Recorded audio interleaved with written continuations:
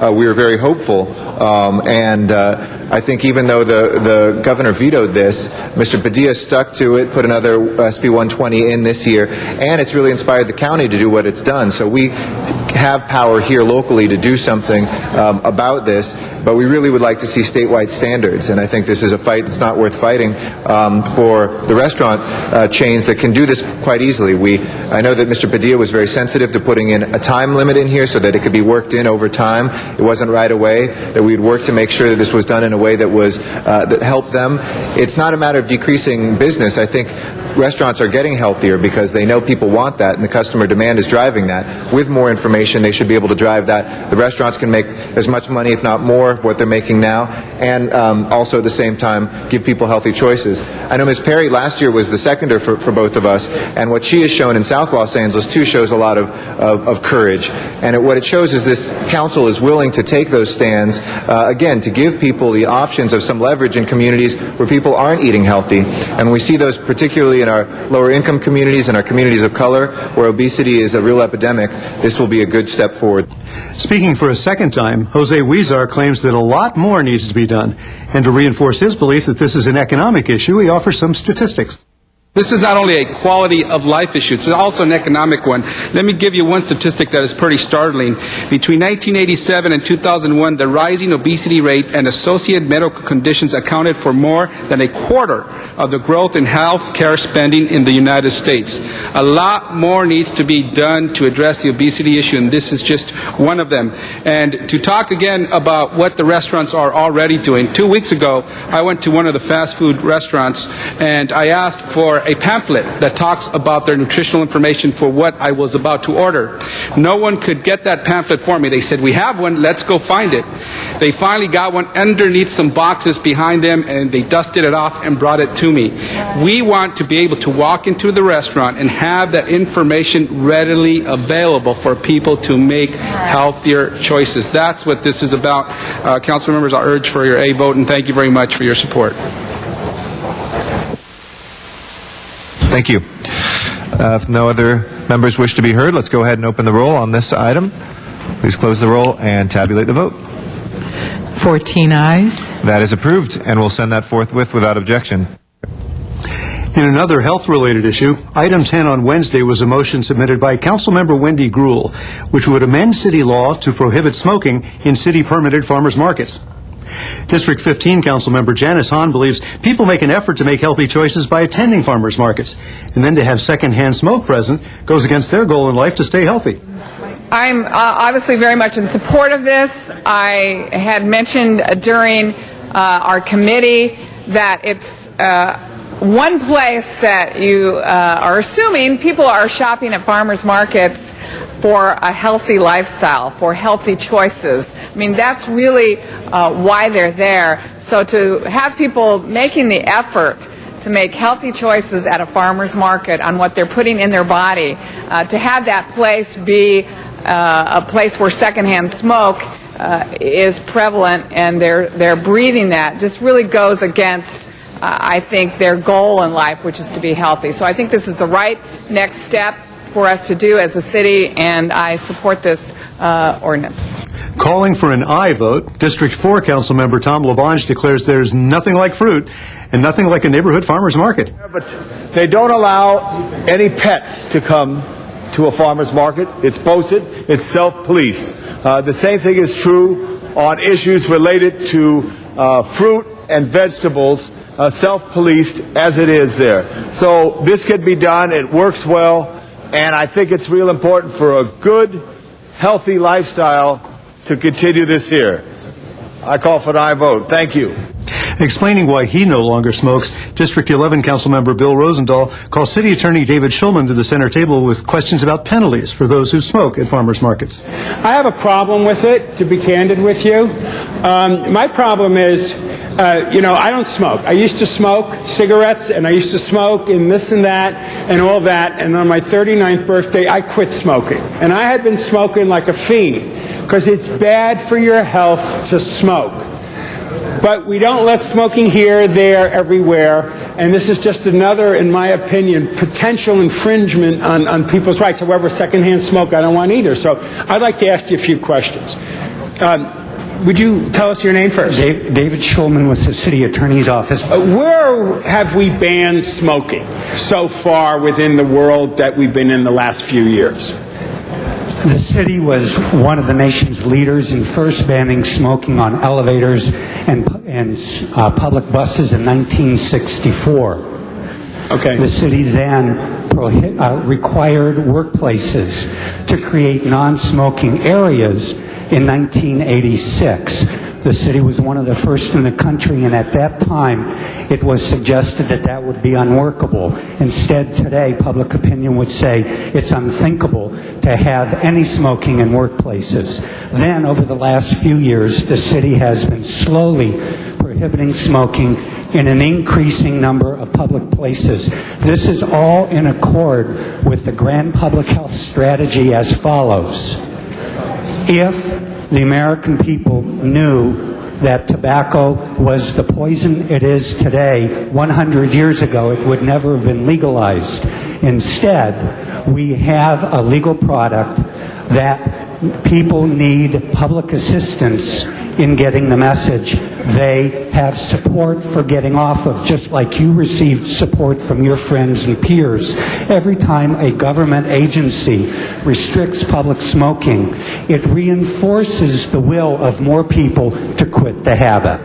No, I understand that. And frankly, as I was preparing myself for my 39th birthday, I knew that if I wanted to really take care of myself, I should stop smoking. And I motivated myself over a 4-month period, and on my 39th birthday, I stopped smoking, and that's been it. Hallelujah for me personally. I'll be clear about that. And that probably had a lot to do with peer pressure and support as well. No. It was just purely, I took control over myself. Look, we know there's addictive elements in cigarettes, and people get addicted to that addictive element, whatever it is, the nicotine or whatever we call it.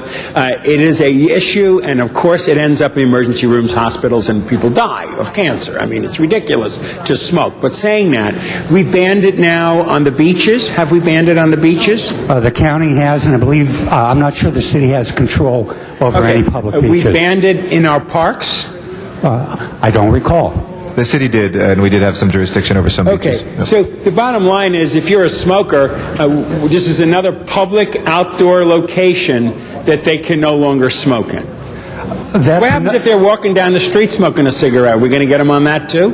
Well, you know, Mr. Rosenthal, the public health strategy is to protect other people from the behavior. Sure.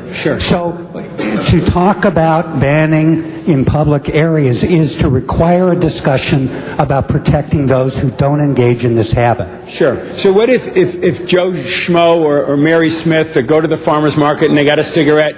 Will we arrest them? Will the cops do something? What will happen to that person if we ban smoking in those farmers? Well, the wonderful thing is the city's leadership on another issue of public health is really helpful in understanding the answer to your question.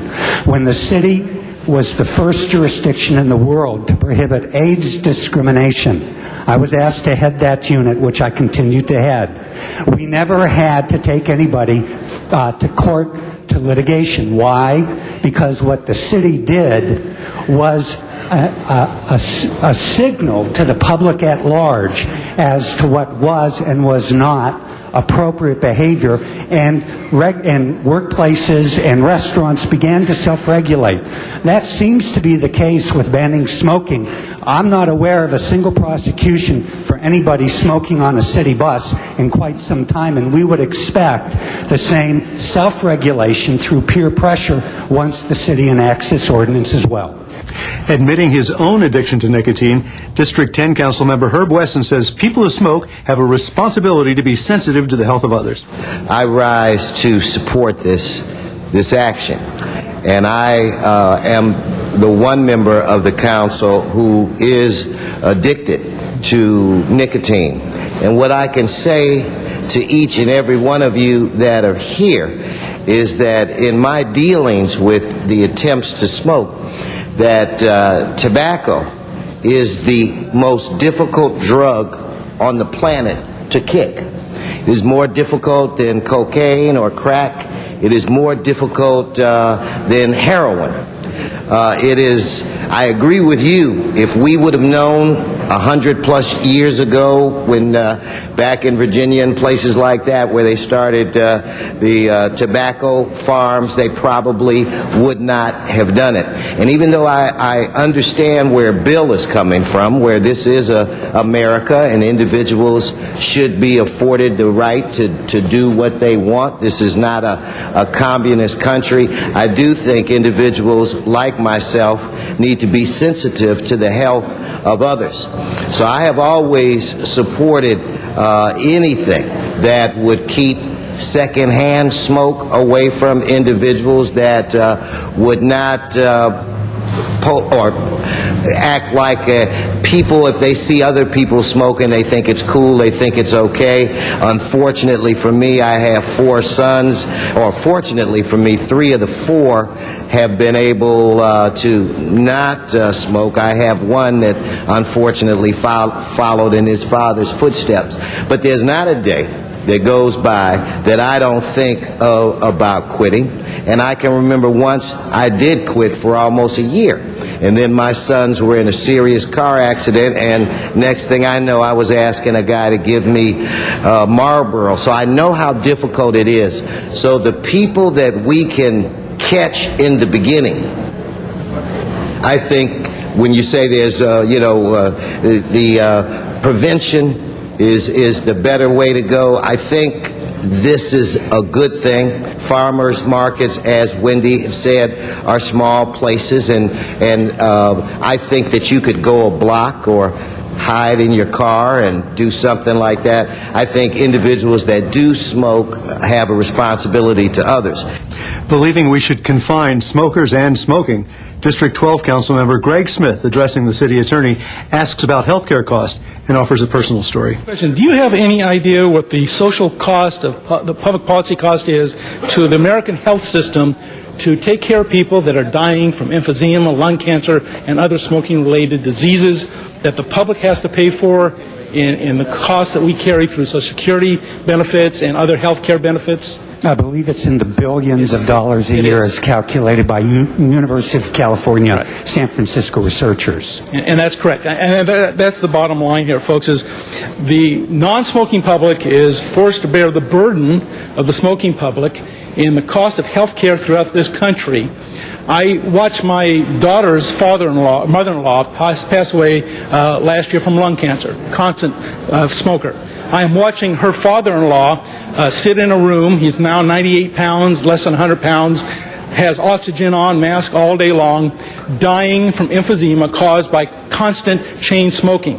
And I see the devastating effects of a chosen disease. This is not a disease you get by accidental contact, although secondhand smoke is an accidental contact, but it's a disease you get because of a choice you made.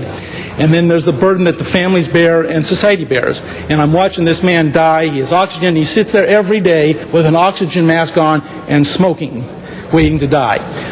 That is an unfortunate situation that I wish as a country we could resolve. But the way we can resolve it is by passing all the laws we can to restrict it, to get it out of our society as best we can. And we should confine it to the person's home and say that's where you can smoke. Any public place where it impacts any other person should be made illegal. And I can't wait to vote for this. I voted for any other smoking measure. I will gladly vote for this one. Contending that it is our duty to help protect city residents by limiting exposure to secondhand smoke, Councilmember Wendy Gruhl says this is a very important position for us to take. This one, if someone wants to smoke, a farmer's market is a half a block, they can go to the other side of the street. But we ban smoking in restaurants where people are eating and there's food, but we don't, until today, we haven't banned smoking next to people where they're eating food at a farmer's market or they're buying the fresh food. And so I think this is, again, a very important position for us to take. It does seem antithetical that we're giving fresh fruit and trying to really say this is healthy for you and at the same time allow smoking in those areas. And so this will be an important step for the city of Los Angeles to protect people who want to go to those farmers markets in a smoke-free area to purchase healthy food for their families. Thank you. Let's go ahead and prepare the roll and tabulate the vote. 15 ayes. All right, that is approved. We'll send that without objection forthwith. Again, that vote was to amend the city code to prohibit smoking in city-permitted farmers markets, and it was unanimous.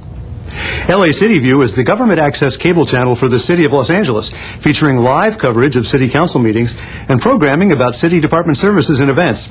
Now, if you have suggestions or comments about any of the programs you see here on Channel 35 or would like to receive a free viewer guide, call our viewer hotline at 213-473-3978.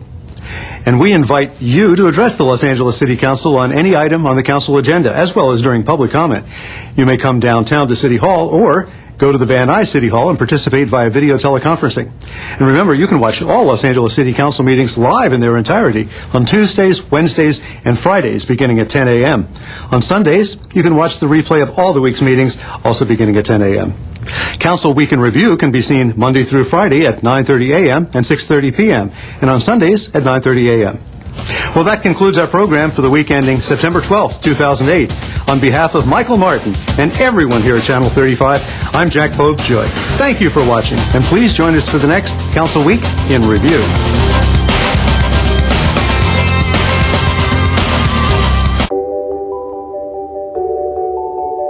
Moving is so much of who we are. It's easy to take it for granted. Multiple sclerosis stops people from moving. We exist to make sure it doesn't. The National Multiple Sclerosis Society is a collective of passionate individuals united by a common goal to address the challenges of each person whose life is affected by MS. We believe that moving is not just something you can or can't do, but rather is who you are. That if you are alive, you move along with, because of, and in spite of the great big turning world.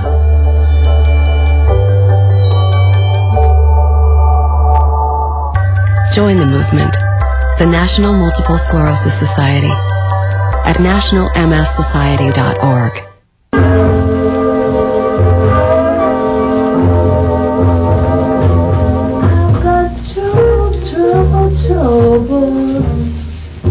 Why can't you let me see?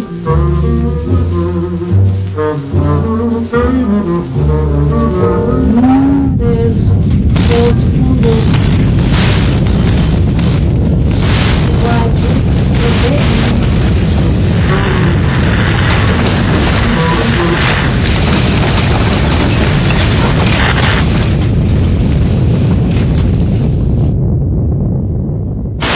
So they will have to take two, 'cause I've got trouble,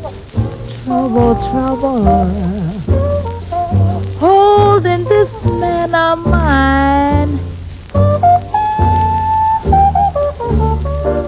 It seems there's always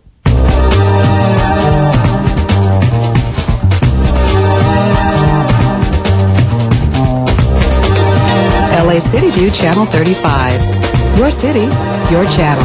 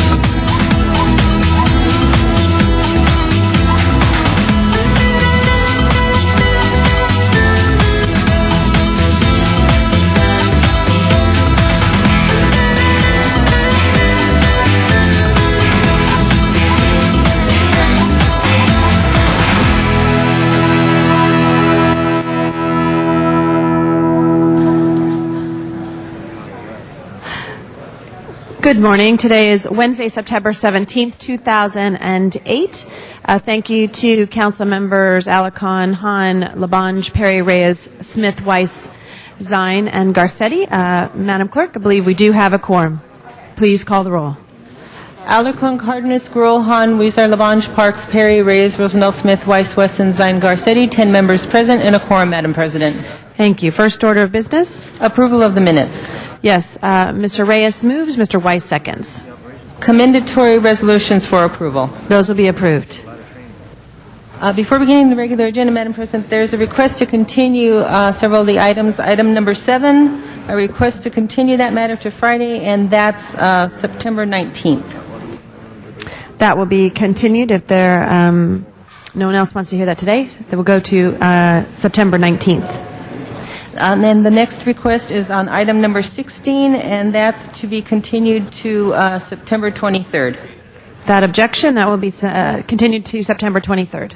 And I believe also there's a request on item 45. It's on the continuation agenda. That's the CLA report on the state budget, and I believe there's a request to continue that matter to Friday, which is September 19th.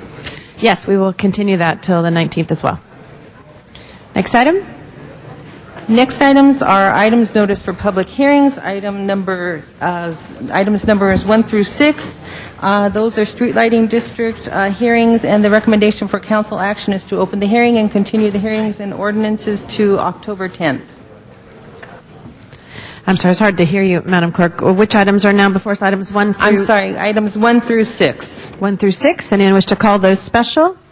And the recommendation for council action is to continue the hearing and the ordinance to October 10th. That will be the order. Next items? Next items are items for which public hearings have been held, items 8 through 32. Items 8 through 13 are confirmations. Do you wish to hold those on the desk? Yes, we will hold those on the desk.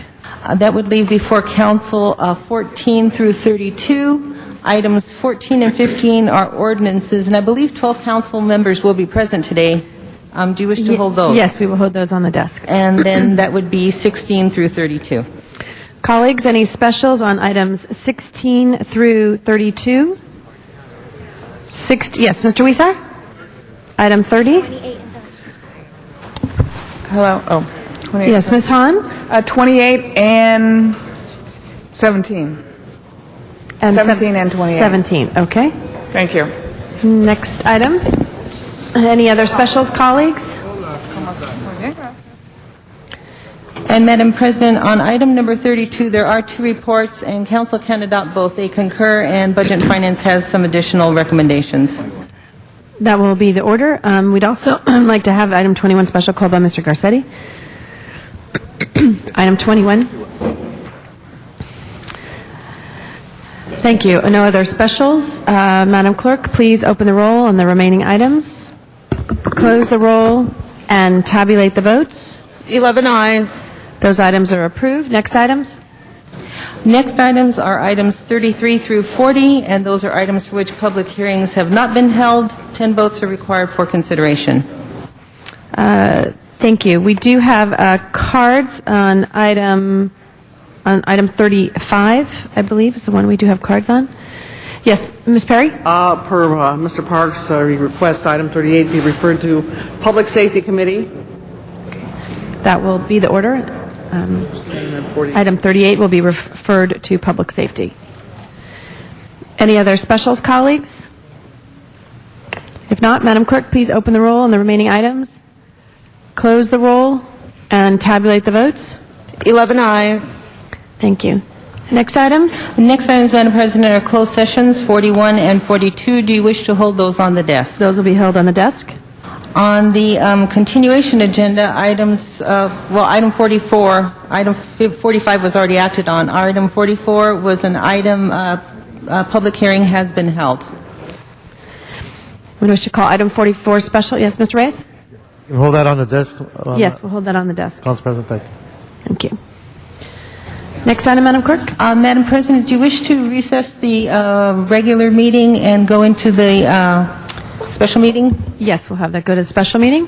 Please call the roll. Alarcon, Cardenas, Gruel, Hahn, Weezer, Labange, Parks, Perry, Reyes, Rosendahl, Smith, Weiss, Wesson, Zine, Garcetti, 11 members present, and a quorum, Madam President.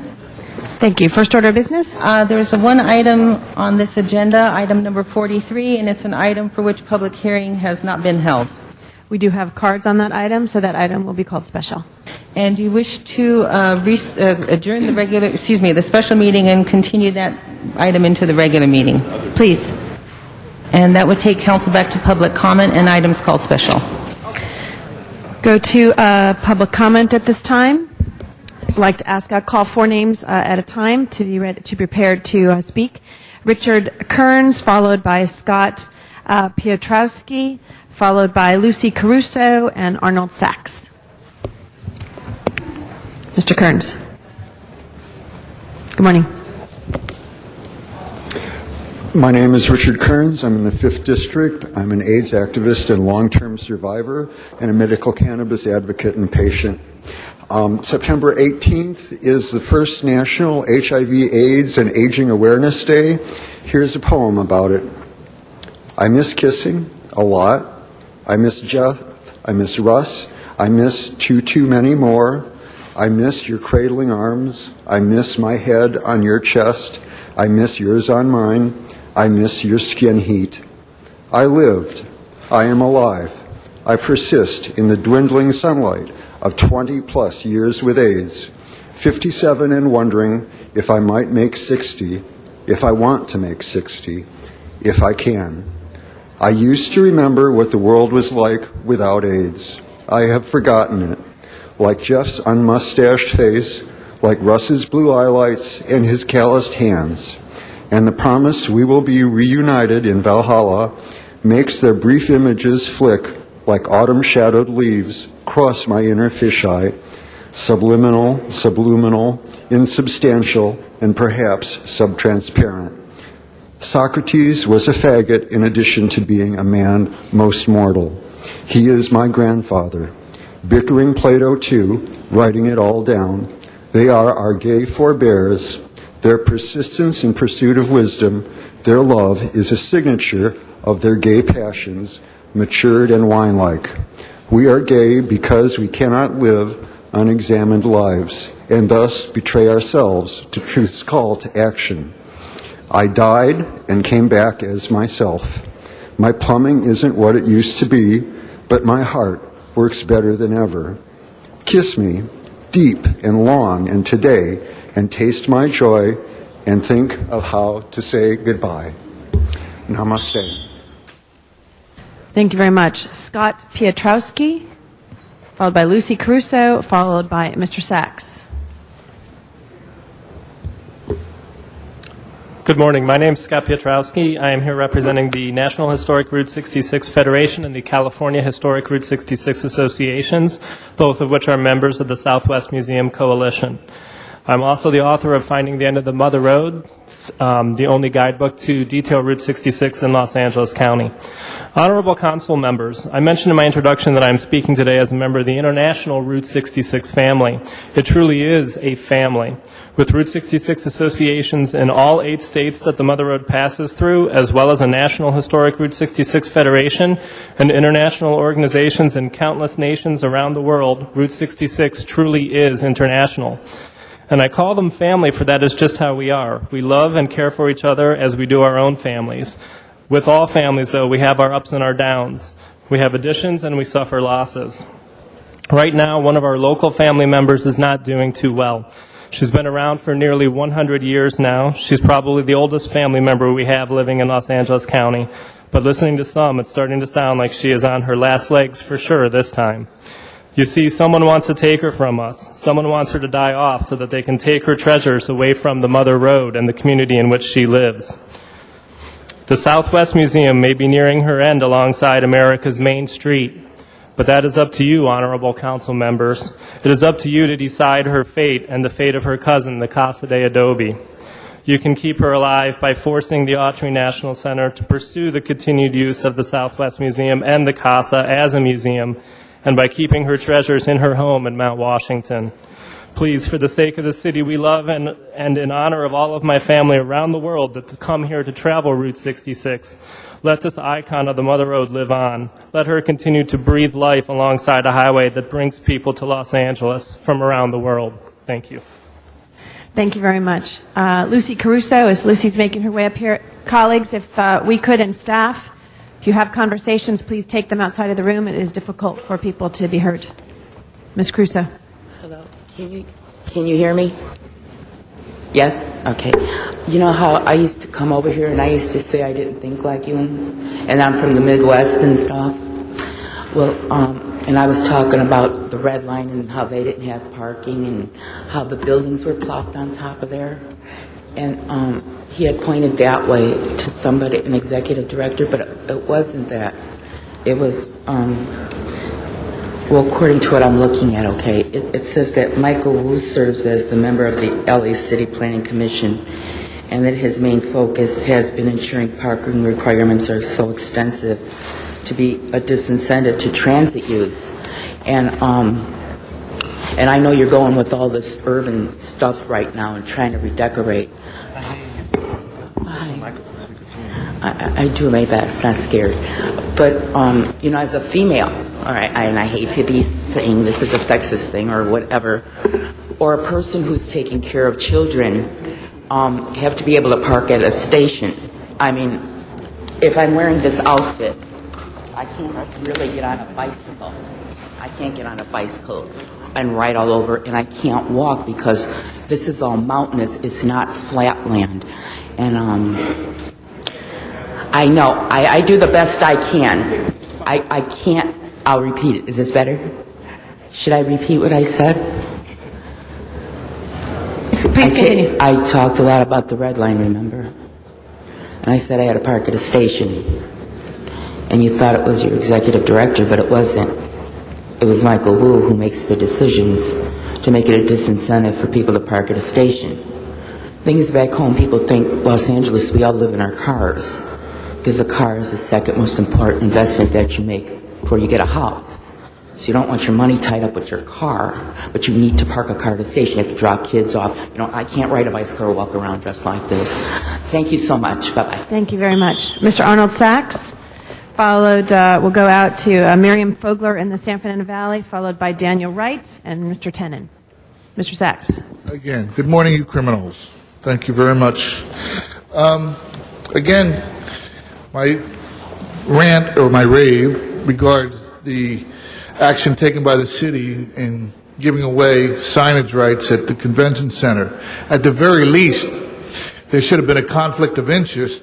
According to the LA Times, 13 of 16 sitting members got donations from AEG. Oh, but wait a minute. The city didn't negotiate with AEG. They negotiated with the LA Arena Land Company, which is a subsidiary of AEG, which means there really isn't a conflict of interest because it wasn't AEG. But then again, there's another article that states that back in 1998, the city struck a deal with AEG granting the company exclusive signage rights for the convention center. Now, it doesn't say anything about getting rights to the LA Arena Land Company. It says AEG. So once AEG was not eligible or did not enter into the negotiations for these signage rights, that would have meant that they broke the contract, which would have allowed the city to get a larger offer or make competitive bidding for the signage. But the city didn't do that. The city just cried, oh, we need $2 million plus 75% of the net of the funds. Well, just like in any movie contract, when you become a backer, all the trailers that you read in the pages of the newspaper, all those people get paid first before the backers, the new backers, get any money.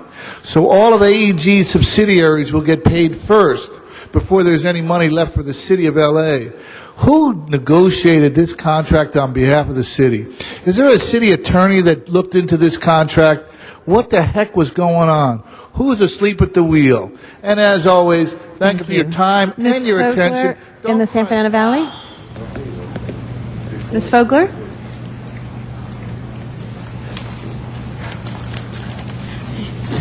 Yeah, good morning. Yeah, I want to get home to see my cat.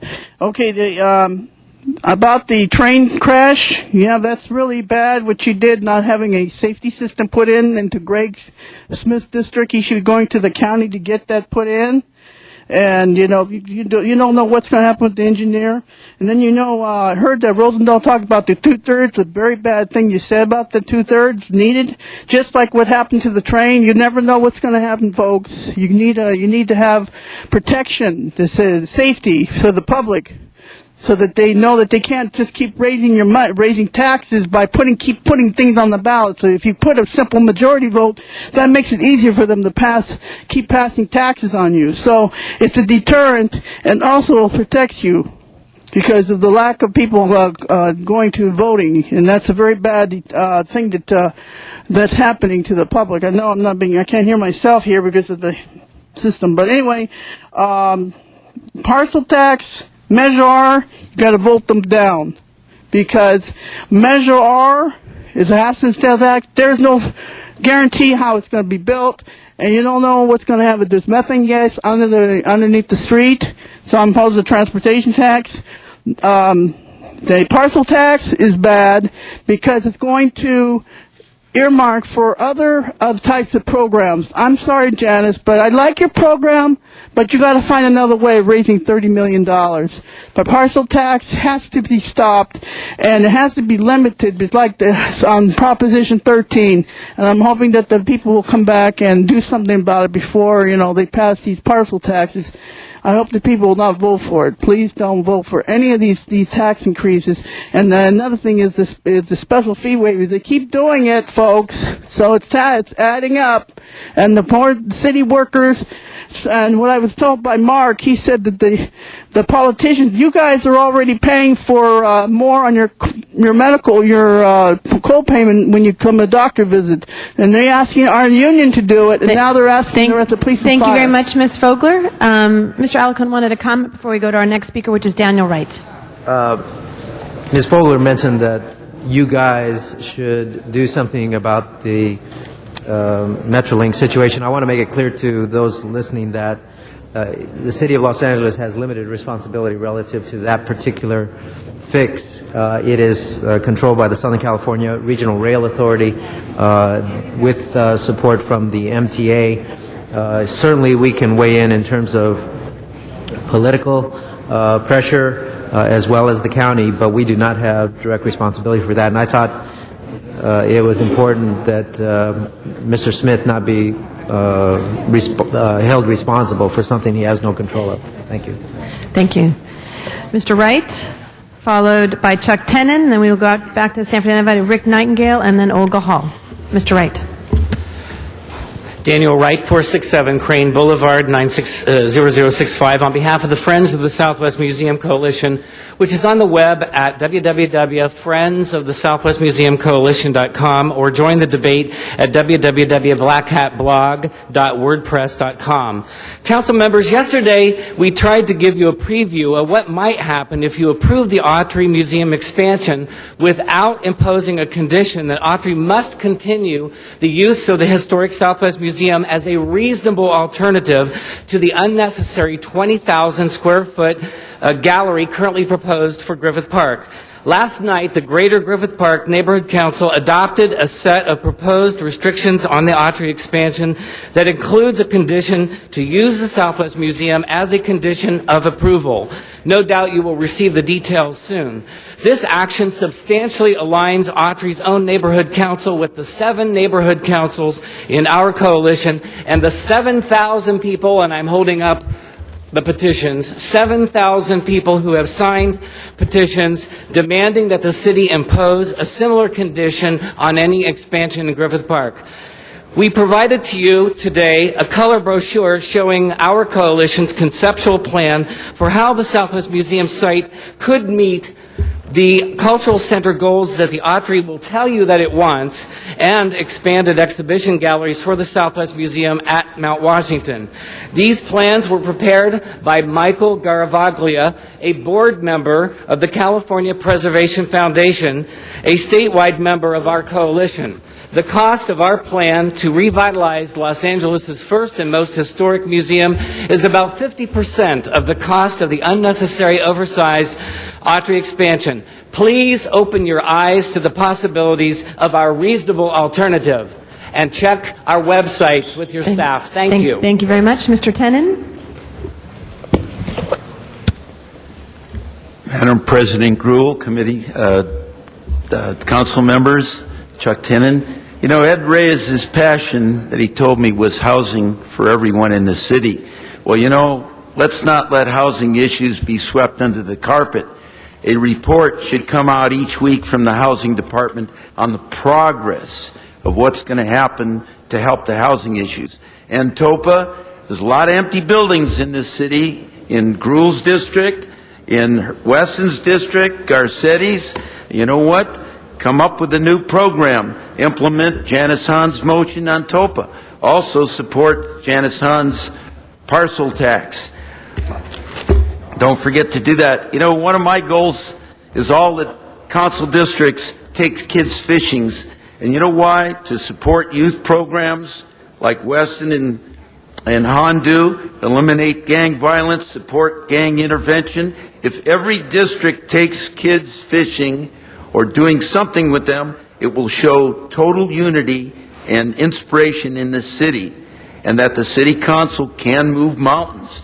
Also, on the way here, when I took the red line this morning, 7 vehicles parked over the line. That could have been $50, $350, which would indicate there's probably $100,000 being lost in the city because of people taking up 2 spots every day. And Magnolia Boulevard in CD2 is setting a precedence in the city on poor planning, how lack of sharp planning skills can destroy a neighborhood. You know what? Remove affordable housing with more density, but keeping unsafe streets and bad traffic conditions and poor stormwater drain management. Wow. Sergio Valdez, who's city planner and transportation, told me, was that 2 minutes? That was 2 minutes. Okay. Thank you, Mr. Tenen. Rick Nightingale, out in the San Fernando Valley, followed by Olga Hall, then Langanji, Chase, CME. Yeah, good morning. Rick Nightingale. Years ago, my mom was a very wise woman. She told me, that if you have anything good to say, don't say nothing at all, and, just play it cool. Well, God, I just don't have nothing. I have to break it because I don't have anything good to say about the council. I just don't. People vote on things, there's laws, but people just don't pay no attention to them. You do what you want. We got a sanctuary city here that's against all the rules. You got Order 40 that don't want to do anything. You butted in on Prop 8 that's coming up to the ballot that you shouldn't have been talking to, that you turn around and voice your own opinion about. You turn around and got fee waivers that I believe is completely illegal, that you're crying about. You turn around, don't have any money. You raise our trash fees to pay for cops, so that's what you say, but it went into the general fund so you can raise more money. You have this marijuana thing that it is against the federal government, and you're letting it happen here. I'm sorry, no matter what the state voted for, it is against the law by the federal government. It goes, and the laws go federal, state, and then county, and then city. That's the way it goes. You turn around and, pardon me, you have this gang situation. I don't hear too much of all in the paper. That's the only way we can hear about things regarding, do you kick these people out of the country if they're illegal regarding this gang thing? I haven't heard too much about it. You want to give these programs and so forth and spend a whole bunch of money. I believe the kids, they don't have anything to do. That's the whole problem. But the problem is the gangs. You've got to concentrate. If they are here illegally or otherwise, you can get rid of them, get rid of them. You turn around and going back to my drag racing. You say you had all this drag racing on the street. You don't have to, you're not doing nothing about it. You could care less. Oh, well, we can impound their cars and so forth and that. But you're not helping the situation of trying to help these kids and adults and so forth get a place to race. You can care less. I mentioned a place you could do. They're not using the land. It could happen. But no, you don't want to do it because it's against a few people. For public people, you're great for all of the housing and so forth. I'll admit that. But that's not helping the average. Thank you very much, Mr. Nightingale. Olga Hall.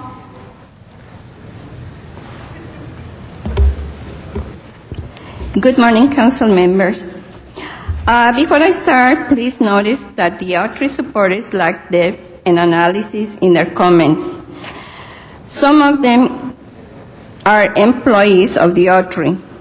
The coalition has studied this issue for 5 years, and there is legitimate concern.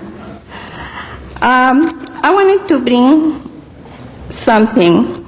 If the Olvera Street, if the Autry came and took over the Olvera Street and decided to take whatever is worth of the place and completely change it into a school or something else, apartments, wouldn't you be outraged? The same is for us. For all of us, it should be, because this is the first museum of Los Angeles. You need to step up to the plate. This is part of Los Angeles history. It needs to remain as a museum, a complete museum. You wouldn't allow the Autry to take over Olvera Street and turn it into a school or whatever. So please think about it. Thank you. Thank Laganji Chase Saimi, followed by Manuel Mendeville, followed by Pamela Hanna and Paula Starr.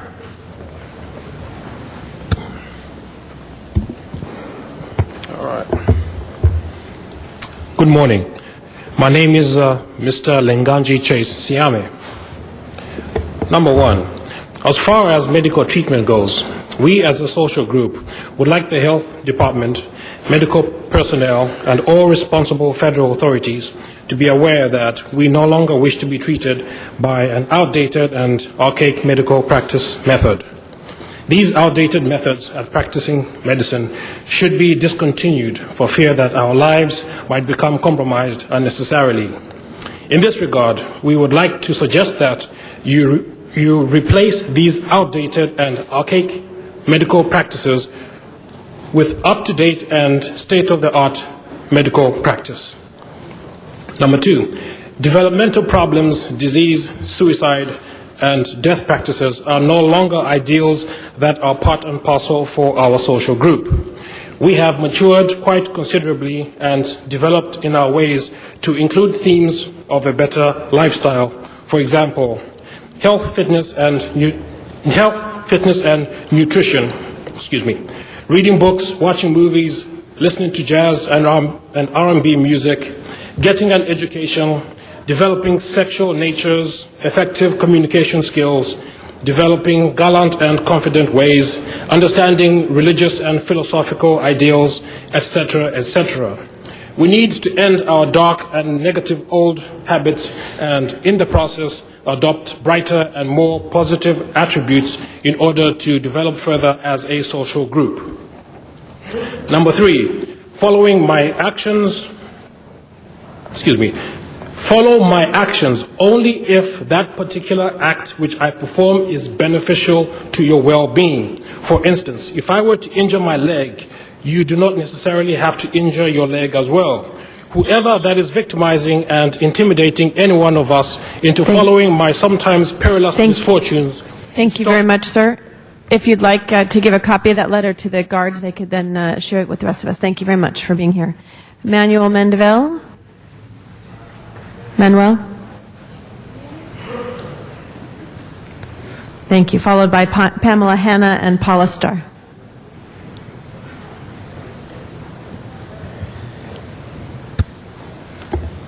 Good morning, Council Chamber. My name is Manuel Mendeville. I'm an American Indian of the Dawn Autumn Nations in the state of Arizona. I'm here today representing LSUSD Indian Education Program Title VII in support of the Autry Center of the American West for expansion. The reasons are that there have been many positive things they have done, especially for my daughter and to the other Native kids. And I just want to say that without them contributing to my daughter and the involvement of their playwriting, I believe that my daughter would have never have a positive, confident, motivated, willing to move on further. And with the outcome of the Autry's help and support, she attributed a certificate for academic achievement to the Honor Roll 2007-2006 and also a mock trial setting with the Superior Court year 2006-2007.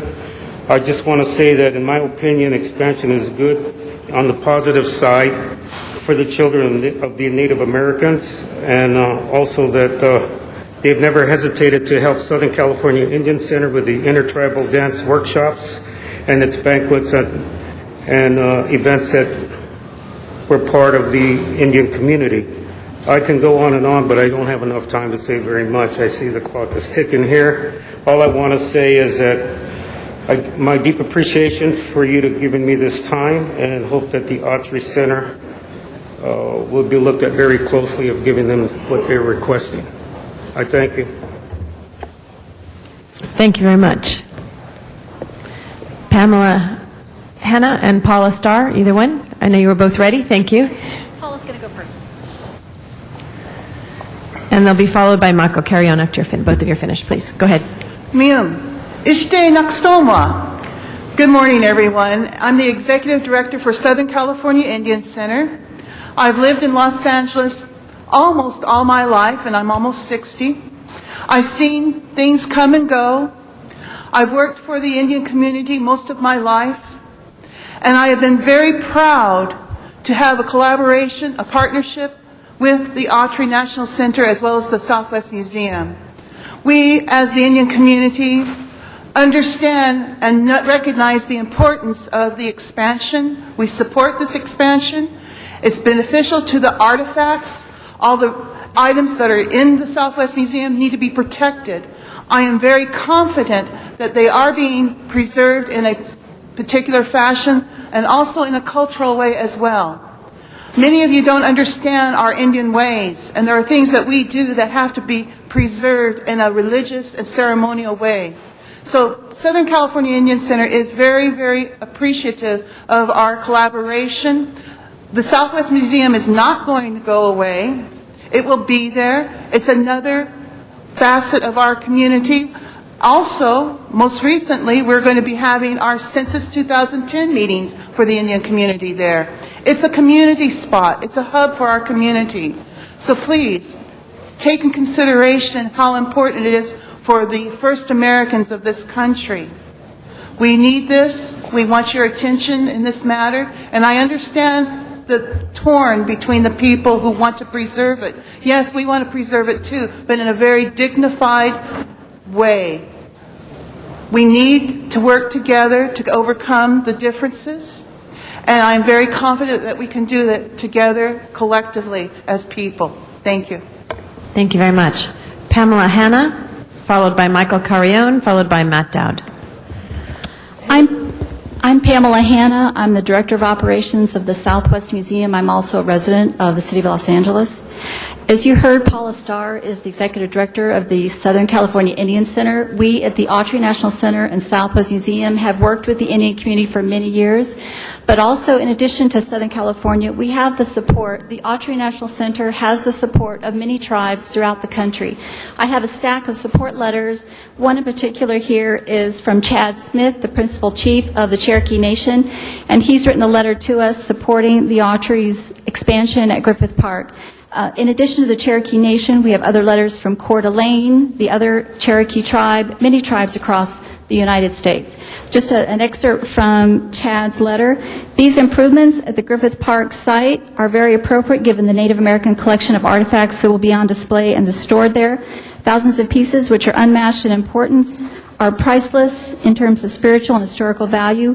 Autry leaders have continually consulted with Native Americans throughout the country concerning the handling and display of the collections, and we feel that the expansion at Griffith Park is necessary for the future of the Southwest Museum and the Autry in storing and presenting these artifacts in state-of-the-art facilities. I have other letters from other tribes. Jeannie Givens is a member of the Coeur d'Alene tribe in Idaho. She's a leader in the Institute of American Indian Arts. She was also the first female state legislator in her state of Idaho, and she also writes a similar support letter in support of the Autry National Center and the expansion for the importance that it has with the American Indian community. She writes, the most important aspect of the American Indian collection and artifacts is its stewardship with the Southwest Museum and Autry National Center. Its fine leadership at the Autry is providing a critical role of caretaker for the Southwest Museum collection. With the state-of-the-art storage facilities at Griffith Park, programming and activities planned for the Autry National Center's location at Griffith Park, it will enrich the Los Angeles community. Thank you. Thank you. Mr. Carrion? Michael Carrion? Will be followed by Matt Dowd, Phil Hale, and Mr. Zumadog. Mr. Carrion. Yes, my name is Michael Carrion, and I'm here to address the City Council regarding the issues in my community. So, Mr. Attorney, please don't interrupt me. I'm addressing the council, not the councilmen. I've been working with my councilman's office since October of last year. Mr. Huizar did one of the best things he did when he hired a Marcia Guzman. She came to work for him, and she finally started doing things in El Sereno. Unfortunately, she was only there for about a year. She's left, and Mr. Huizar chose to hire or promote within. He's promoted a field deputy that personally I don't feel is qualified for the job. I am addressing the City Council, not Mr. Huizar. Please do not interrupt me. Okay? And this is about city policy that happens in my community. As far as I'm concerned, up to date, El Sereno field office is getting a big fat F. I'm tired. I'm fed up. They have items that are on their calendar, that are on the internet, that do not happen.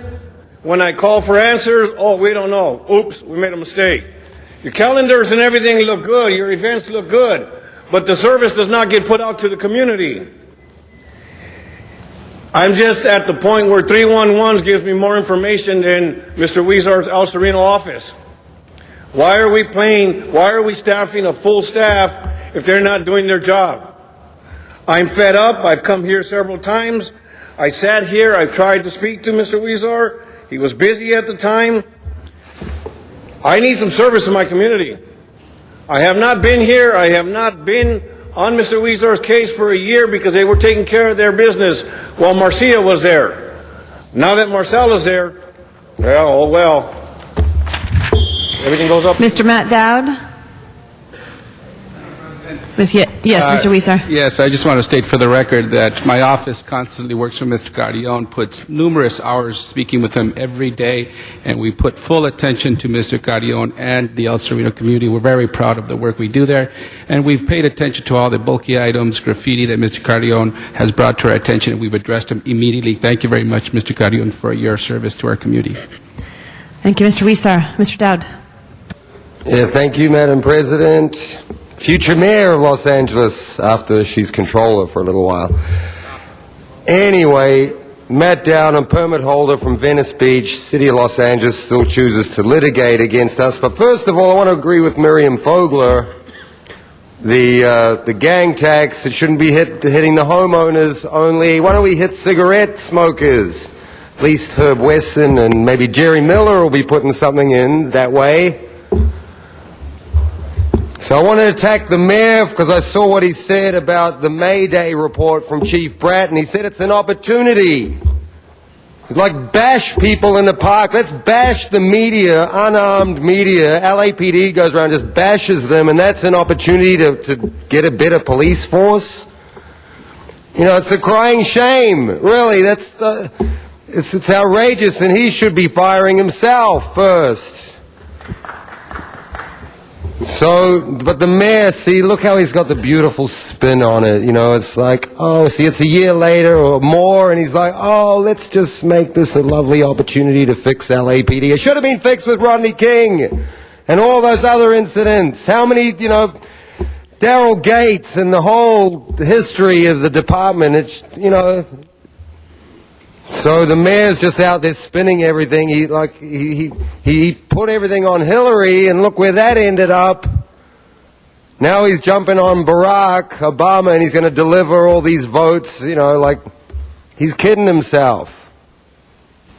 So anyway, my First Amendment still exists, even though the city of Los Angeles is trying to litigate against me in federal court, saying I don't have it.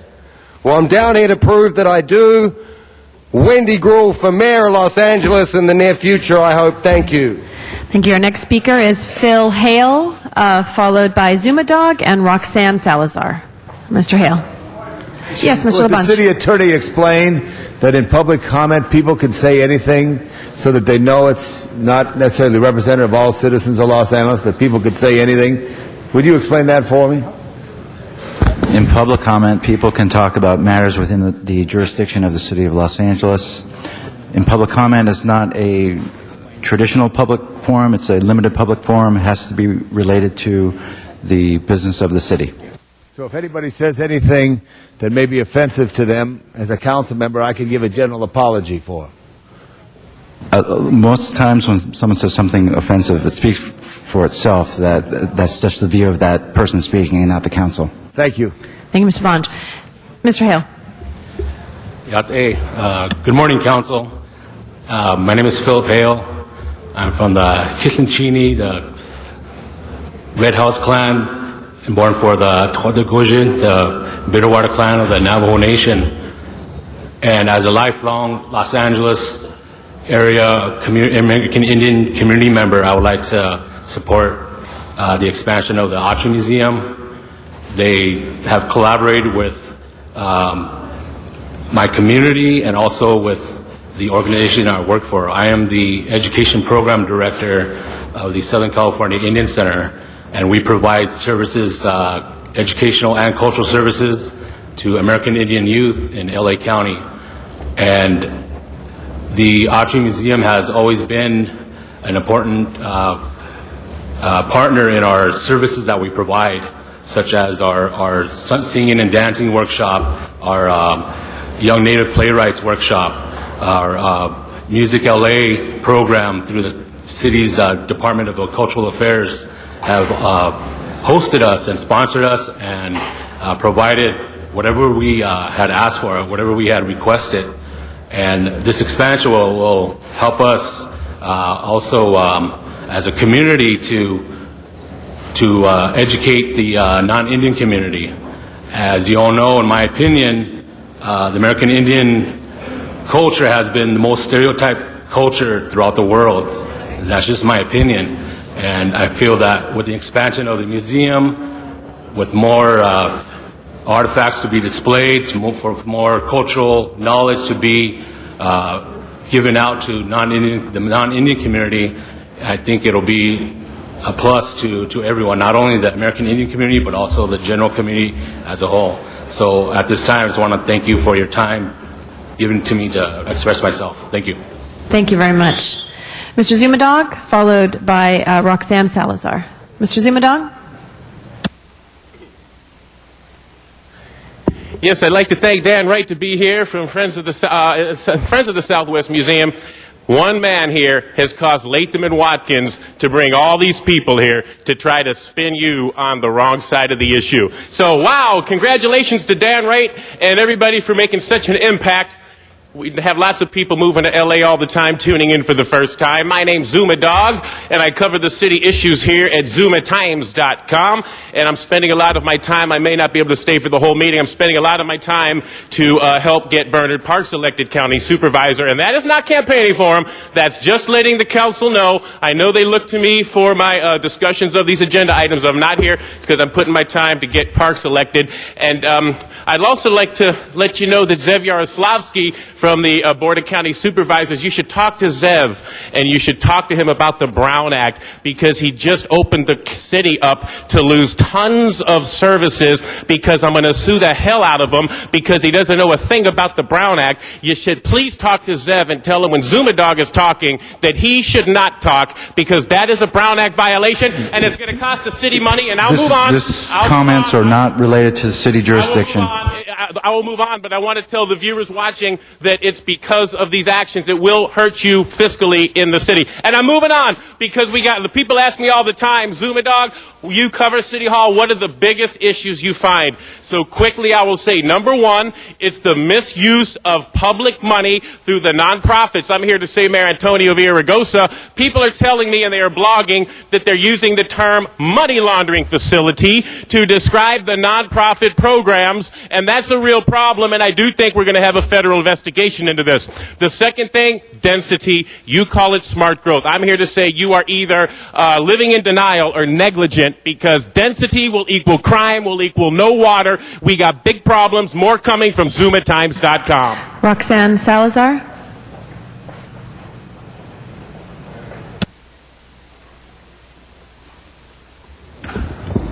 Good afternoon.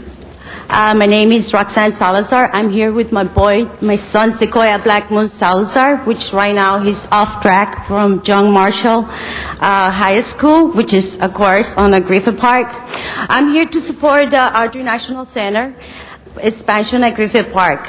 I am from the Indian Education Program, and we have grown with a lot of activities as a student recognitions, which no other school has for the Native American youth in the LSUSD. And we have meetings which we cannot conduct on the building of a LSUSD because of hours, and to accommodate all evenings activities for our youth. So here in full support for the expansion of the Audrey National Center expansion at Griffith Park. Thank you. Thank you very much. That closes public comment. I know Mr. Rosendahl wanted to make a comment before we go on to the next items.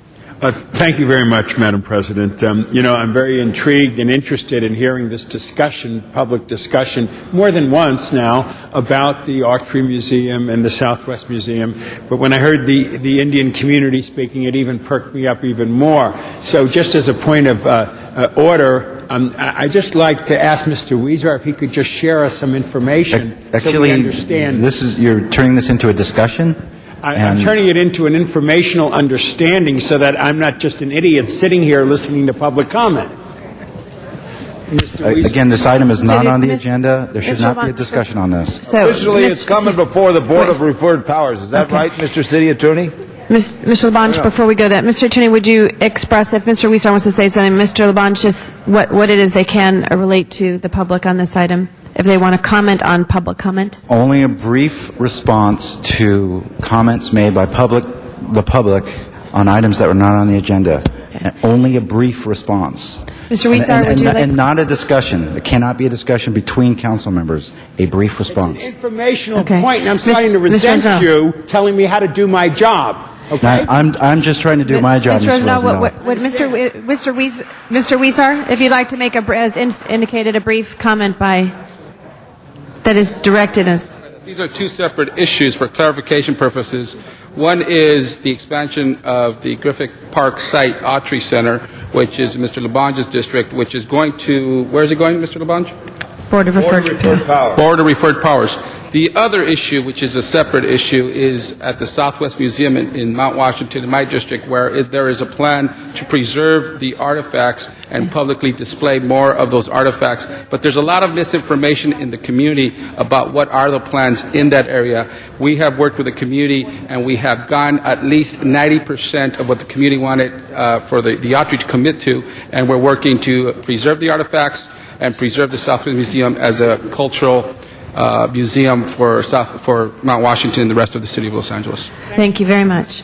Madam Clerk, if we could, we do have 15 members present. If we could vote on items number 14 and 15. Madam Clerk, please open the roll on those items, close the roll, and tabulate the votes. 15 ayes. Thank you. Just one other item, if we could reconsider item number 32. If you could open the roll on reconsideration. If you could close the roll and tabulate the votes. 15 ayes. Thank you. That item is going to be continued to October 1st. Thank you. Madam Clerk, I know we're to our commissioners who have been patient here. If we could, first item. First item, Madam President, is item number 8, and that's confirmation of Ms. Maria Contreras Sweet to the Board of Fire and Police Pension Commissioners.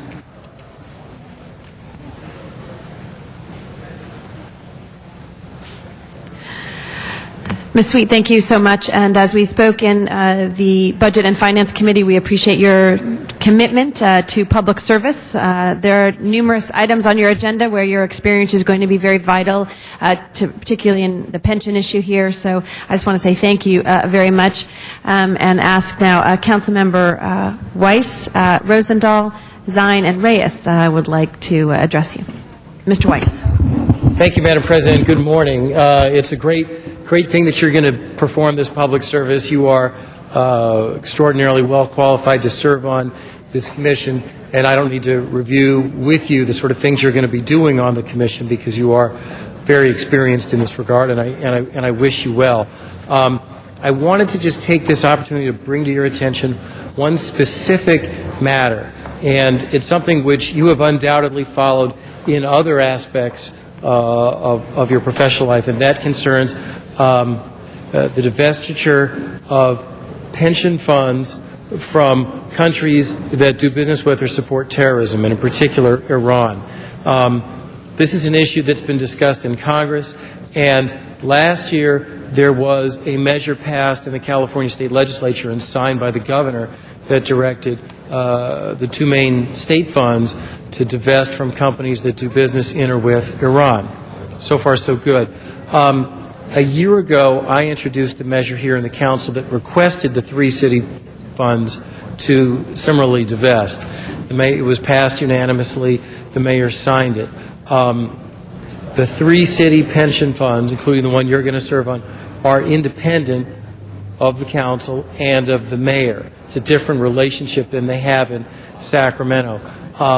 And just candidly for me, it's been frustrating that we haven't had an action by the board, which you are about to join, in this regard. I obviously believe it's the right thing to do, but whether or not it's something you know a lot about, it's not a useful thing for me to ask you your views on it, because you probably would want to study it, and I would appreciate that and respect that. I would just ask that when you begin, you look at that immediately, find out where it is, and if you do agree with me that just as the state of California has done, and just as many institutions around the country are doing, if you agree that it is the right thing to divest from companies that do business with Iran, that you move that on the Commission's agenda. I'd appreciate it. I think it is dramatically the right thing to do. I think Iran is the greatest threat to peace in the entire world right now, and we can do a part of what is needed to do through withdrawing these sorts of investments, and I would just bring that to your attention. If you want to say something, fine, but I wanted to make the point. I didn't want to put you on the spot, but if... Well, I would pledge to you to go in and to learn about this and any other that may be pending, any other issues that may be pending, and understand them, study them, and voice an opinion. Thank you very much. Thank you very much. Good luck to you. Thank you. Thank you. Mr. Rosendahl, and Maria, if you could bring that microphone just a little bit closer to you, you can pull, it'll come close. Thank you. Mr. Rosendahl. Thank you, Madam President. First of all, this is another herald moment for our mayor, Antonio Villaraigosa, for picking good people for commissions and picking good people for general managers. A legacy of any elected leader is the power that he delegates to commissions and to general managers, who really are the ones who implement it. And you are more than qualified. You're a treasure to the state of California and to the nation, as well as to our great city. So I applaud you for stepping back up to the plate for this. Secondly is, as Mr. Weiss is saying, there's other issues as well that pensions go to fund. Obviously, we should be putting our monies in greening things with the environment that make the world a better place. I'd love, when you get on that board, to get back to us about our investments in environmental issues. Second are those living wage issues, those issues of equity for workers, that we don't invest in firms that abuse their workers and don't pay them a living wage and don't appreciate that we're all in this together. Those are two big issues for me that I'd like you to look at. And third, of course, is how our investment strategy has been going. The nation is in a turmoil right now. Everybody's freaking out, and the federal government's buying out these big boys who have done a terrible job with taxpayers' money. I'd like an analysis from you of how our pensions are going. I'm told we didn't invest in Lehman Brothers, we didn't do this, and that we're pretty safe. But since you understand that money world better than anybody else, and knock on wood is right, I'd like you, when you get a handle of what we got our money in, are we safe and secure as we go into this turbulent period that we're in as a nation? Thank you for those comments and appreciate the view. Yeah, and thank you again for stepping up to the plate. Thank you, Councilman. Thank you very much. Mr. Zine, followed by Mr. Reyes. Thank you, Madam President. Good morning. The pension fund, the Fire and Police Pension Fund, separate from the Civilian Pension Fund, LACERS, and from many other pension plans in the state of California.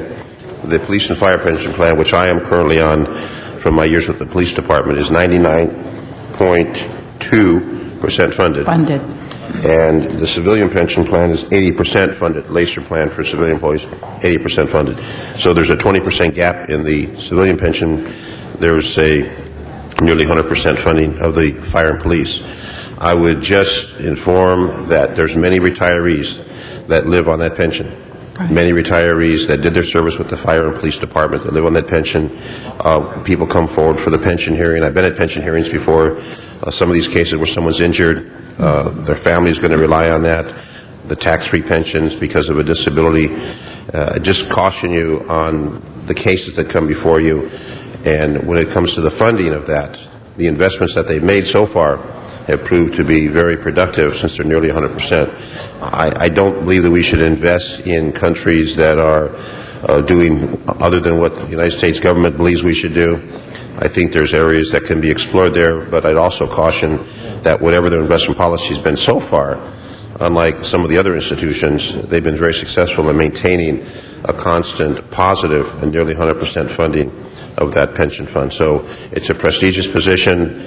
I'm sure people will be lobbying you to put the money here, to put the money there, but your fellow commissioners have done a tremendous job in maintaining the stability of that for those many fire and police personnel that have retired. Many fire personnel retired over 30 years of service, and they rely on that for their income. And we know pensions in the real world have evaporated and they're being reduced. The airline industry, for example, but these have been substantial. And these folks, as we saw in the train crash Friday, risk their lives every day to keep our city, our people safe, the fire and police members of our municipal government. So welcome aboard. I know you did well in Sacramento, my good friend Gray Davis, when you were in transportation. And while we have gridlock, it wasn't your fault. You tried to fix it. But we still have to get around this community, and now you're in another exciting field, the Pension Commission with the Fire and Police Pension. So welcome aboard. Thank you. Councilman, just as a matter of information sharing, let me just assure you that also my jurisdiction included the California Highway Patrol and the Alcohol Beverage Control, with both had officers. And so I came to really respect and appreciate the manner in which they served, and that they were our front line, the thin blue line between us and harm's way. And so I fully intend to come in with a sense of responsibility that these men and women have worked all of their careers to protect us, and that we need to do what we can to assure that their retirement funds are there when they're ready to retire. Beautiful. Thank you for your comments. I'm pleased to hear that. Thank you. Mr. Reyes, followed by Mr. Wisar. Thank you, Madam President. I just rise to support our commissioner-to-be. I want to amplify that she was the Secretary of Business, Transportation, and Housing for the state. And as such, I want to thank you for being such a role model. We speak to the notion of how our youth are not graduating and how we are going through such turbulent times with our educational systems. And to have you in that post and to be able to have that type of discretion and influence policy and our quality of life at a statewide level truly is an inspiration for many, many young people, especially Latinas. Thank you. But I also want to thank you for your work in the community. I can share with you, colleagues, that the Levitt Pavilion in MacArthur Park is one example of the type of work that Ms. Contreras-Sweet has done as a volunteer in her philanthropic world. And so her comprehension of the whole socioeconomic scale of our city and working in this pension fund is going to be a great asset for this commission. So I thank you for your support, what you do for our community in every aspect of your professional life, and I hope to work with you in the future. Thank you. I appreciate your generous remarks. Thank you. Thank you, Mr. Wisar. Ms. Contreras-Sweet, it's been said your remarkable service so far to not only the City of Los Angeles but the State of California. And we've gotten, as a member of the Budget and Finance Committee, we've gotten reports that our investments have been relatively doing well. And nowadays, with what we see in the market and the turbulence and uncertainty about what is going to happen, it's great to see that we have someone of your caliber come on this commission to further what we've been seeing in the last few years. So thank you very much for your service, and we're excited to have you as a commissioner here. Thank you. Thank you so much. Thank you. That's very generous. Thank you, Councilman. Mr. Labange. Thank you very much. Commissioner Designee, how are you? Very well. Good. Tell us your passion. What are you going to be able to do here? Well, I'm really excited. Number one, if you indulge me, I wanted to thank the mayor for putting my name forward. Number two, to thank the Budget and Finance Committee for giving me the opportunity to come before you and to ask for confirmation. But third, I think it's really important that we look at the investments and the leverage that they can do at so many different levels. You've arranged here for the conversation around some important public policy matters that allow you to make profound statements. But also we have to make sure that we continue to put in our officers a sense of confidence that what they have earned over their career will be there when they come out.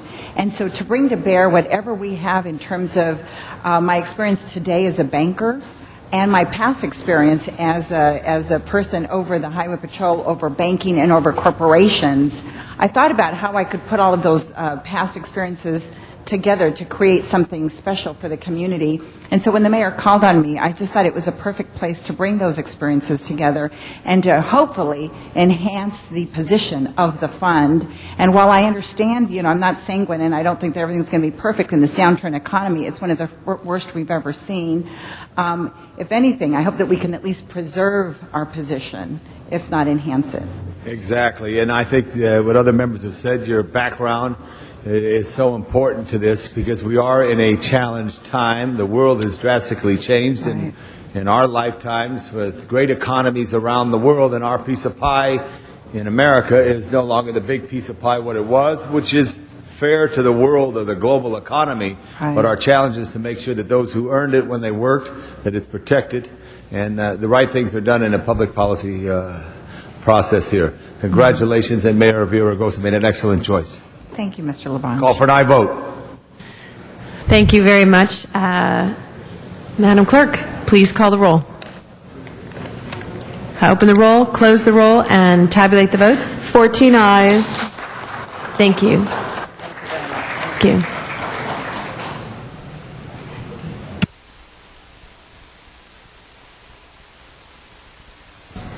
Thank you. Next item is item number 9, and that is a Human Relations Commissioner, Narinja Khalsa. And would you like to come forward? Would he like to come forward? Excuse me. Doing too many things at once. Nice to see you. Good morning, Madam President. Thank you. Council members. Mr. Zine, did you want to make some first opening remarks? Thank you, Madam President. Good morning. Good morning. I told you it'd be a tough grilling this morning. I'm ready for it. But I was just kidding you. Oh. For 25 years, you've been in the public and community relations field. I've seen you at many, many events in the city of Los Angeles, many of the services for police officers, the diverse community that we have. Could you just explain from the Sikh community how you have reached out and branched out and embraced all the different groups, religions, the different demographics that we have here in this magnificent city of the Angels? First of all, I've had a lifetime love affair with the city of Los Angeles and the people of Los Angeles, and was with many cities and many places. The backbone of our community is the religious community. And I've had, particularly since 9/11, the Sikh community has had to reach out very hard to the rest of the religious and the public community, because after 9/11, we were hit very hard because of a Sikh's religiously mandated appearance, which is the turban and the beard. People mistook us for people who they hated after 9/11. You can say the word. No. Sikhs are often mistaken for Muslims. I'm not avoiding it. But the simple reality is it's more based on ignorance and hateful reaction than knowledge of any religion, one or the other, over the other. So because of that, we realized in the Sikh community that nobody knew who we are, so I thought I'd retired pretty much from public work. But after 9/11, I had to dust off my speaking and everything else and get back into the fight, because what happened to the Sikh community is indicative of what happens to every persecuted community or ever misunderstood community. It just happened on a broader scale to us. The simple reality is most of our hate crimes, most of our persecution comes out of ignorance. When people really understand other people, when people get to know other people, this fear, this ignorance, and this hatefulness often dissolves. And I think that's obviously one of the cornerstones of the Human Relations Commission is to help accomplish this communication in the community.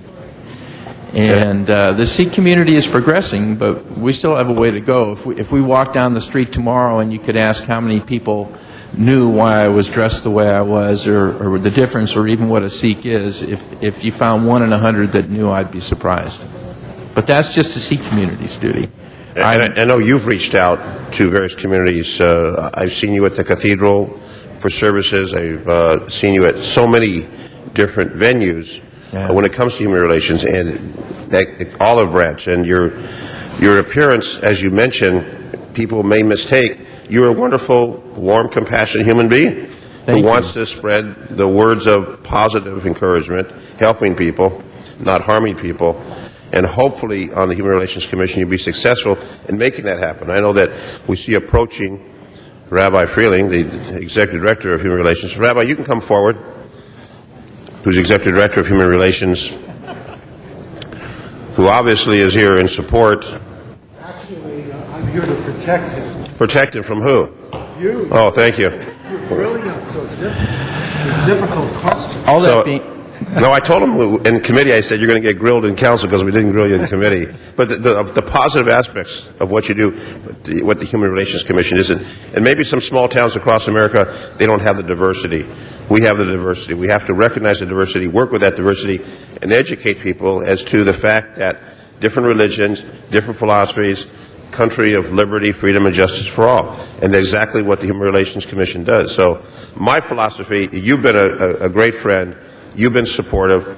I don't see other members of the community coming out as much as you do, but we welcome them to come out to the different activities, to the different programs that we have. But I know the Rabbi Freeling, is there all the time. And I know that you are there many, many times. But it's that love for people that brings you forward, and that's what the Human Relations Commission is all about. We have concerns, we have issues. In the Valley, we have different groups that are confronting each other. We have that in other parts of the city. So what we're trying to do is say we're all one people under God, so maybe we should live that way and have that positive philosophy. But if you want to continue, please. No, I was just going to mention that all that about the Sikh community is great, but I'm here as a citizen of the city of Los Angeles who loves the city of Los Angeles and knows that on a basis when we remove conflict, what replaces it is peace and prosperity. And nobody is ever against peace and prosperity. I mean, the simple reality is what I've had, the experience I've had as a Sikh may just energize me and make it clear to me that differences between people in our city are usually based on ignorance and fear, and that we need to work overtime to help alleviate that situation. No one in this community should ever feel that they don't have a chance, that they don't have a hope, that they're underprivileged or underserved. And there are many communities in our community that still do. So we need to reach out, we need to lift those communities up that are that need healing, that need support. And we need to get together to do that. And that's why I'm on the commission, not particularly to represent the Sikh community. I think the experiences of being a Sikh has helped. And the commission does represent different groups from our community. And it does, just the fact that I'm on that board, and I don't know how many turban people we have working for the city of Los Angeles right now. But it just shows the diversity of our commission and that we try to represent all the different communities to have an equal voice on the commission and state their issues. And thank you for your praise. Yes, thank you. And you've been a good supporter, and I will continue to be a supporter of you. Thank you. Thank you, Mr. Zion. Mr. Rosendahl? I've been fascinating listening to you, and I'm very honored that you've accepted this position. Would you just give us an understanding of what a Sikh is? Just give us a couple of paragraphs on the mission of a Sikh and why you're a Sikh. Well, I actually adopted the Sikh faith about 40 years ago. The Sikh religion is the world's 5th largest religion. It is its own unique religion. There's about 25 million Sikhs in the world. It's the only religion that actually mandates a man not to cut his hair, i.e. have a beard, and to wear a turban as a symbol of his faith. Now, many other religious leaders, some across the world, do wear turbans for one thing or another, but the Sikh faith is the only one that mandates it if you're observant of the religion. The Sikh faith is monotheistic. We believe in one God, but we believe that God created all the world's religions, not just the Sikh religion is right. And we believe in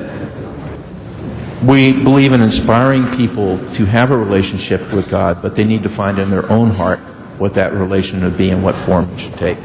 That's very beautiful, because this weekend we did some things I did with the Jewish community in Wariyamaka, and knowing that God is above us, but it's everybody's God. It is. One God created us all. That's what we believe as Sikhs. And it's not, He created us, and we love the variety that He created us in. Well, thank you for stepping up to the plate. The word healing that you used a lot in your comments is what this great city needs, which all people need, is to love one another and work well with each other. And I know you'll bring that energy to the Commission. Thank you, Councilman. Thank you. Thank you, Mr. Rosendahl. Mr. Cardenas. You mentioned earlier about since 9/11, and if you wear a turban, some people seem to, in their ignorance, target you or show anger toward people with turbans or look at them with a jaundiced eye. And can you please tell us how important it is for us to understand what it's like to be treated differently just because of the way you look? Well, I think a lot of different communities and groups have also had that plight. It seems to be that with the world being what it is, first of all, our technology has far outgrown our social skills here in America and the world. And we're living next door to people we probably never would have known 10 or 20 years ago. And we're very familiar with America and in the city of Los Angeles with everything Western. But everything Eastern seems to be out there in a cloud, and we tend to categorize it with different stereotypes very easily, and there's not a lot of education behind those stereotypes. Being a Sikh and having that happen to you, Sikhs are very kind of a bootstrap community. We figure, we'll work to try and change it, but we're not going to sit and cry about it. We try to move things forward in every way we can. But it's hard. And it's particularly hard if people that come from, the vast majority of Sikhs are of Punjabi descent, which is in northern India. It's even harder for an American who's always loved America and been a patriotic American, and the Punjabis that come here also become patriotic Americans, to sit in America and simply because I found my relationship with God in a different way than what is mostly the norm here in America, that I've become isolated in our country, which freedom of religion, freedom of expression are the cornerstones of our reality here. What's it like? You have to have a lot of compassion for people that are reacting towards you. You have to have a lot of understanding that they're simply reacting out of fear because they feel they've been hurt in a certain way. But you can't stand and watch it happen. You have to try to do something about it. I think it's important for people with your kind of wisdom and experience to be in positions like on this commission, especially when it comes to how, as adults, there's so many things that society tolerates and says, well, that's just the way it has to be for now, or don't worry about it, we'll go back to the old ways, or what have you. For example, like the Patriot Act. I'm not in favor of that. I think that it's something that is truly a bruise more than a bruise on the history of this country, and how it really doesn't embody what this country's about. But when you see policymakers actually approve and apply policy, for example, domestically, like we do with the Patriot Act, unfortunately, it gives other Americans the idea that they can go ahead and have their own little Patriot Act attitude in their own community towards certain people. When it comes to this commission, what is this commission, as far as one of its roles that you think it should have in trying to make sure that, at least in the city of Los Angeles, we try to recognize when those incidents occur, and we try to, what is it that the commission should be advancing to make sure that we don't see a repeat of those offenses in our community? I think simple diversity awareness is very important. I think beginning and fostering communication between different communities who would not normally communicate and don't even know that they need to communicate with each other. Back to your original comment about the Patriot Act, and we've come to a time, the Patriot Act is a reaction of fear to try and make people feel better, but it's like doing brain surgery with a sledgehammer. You just can't, it just doesn't work. You hurt more than you help.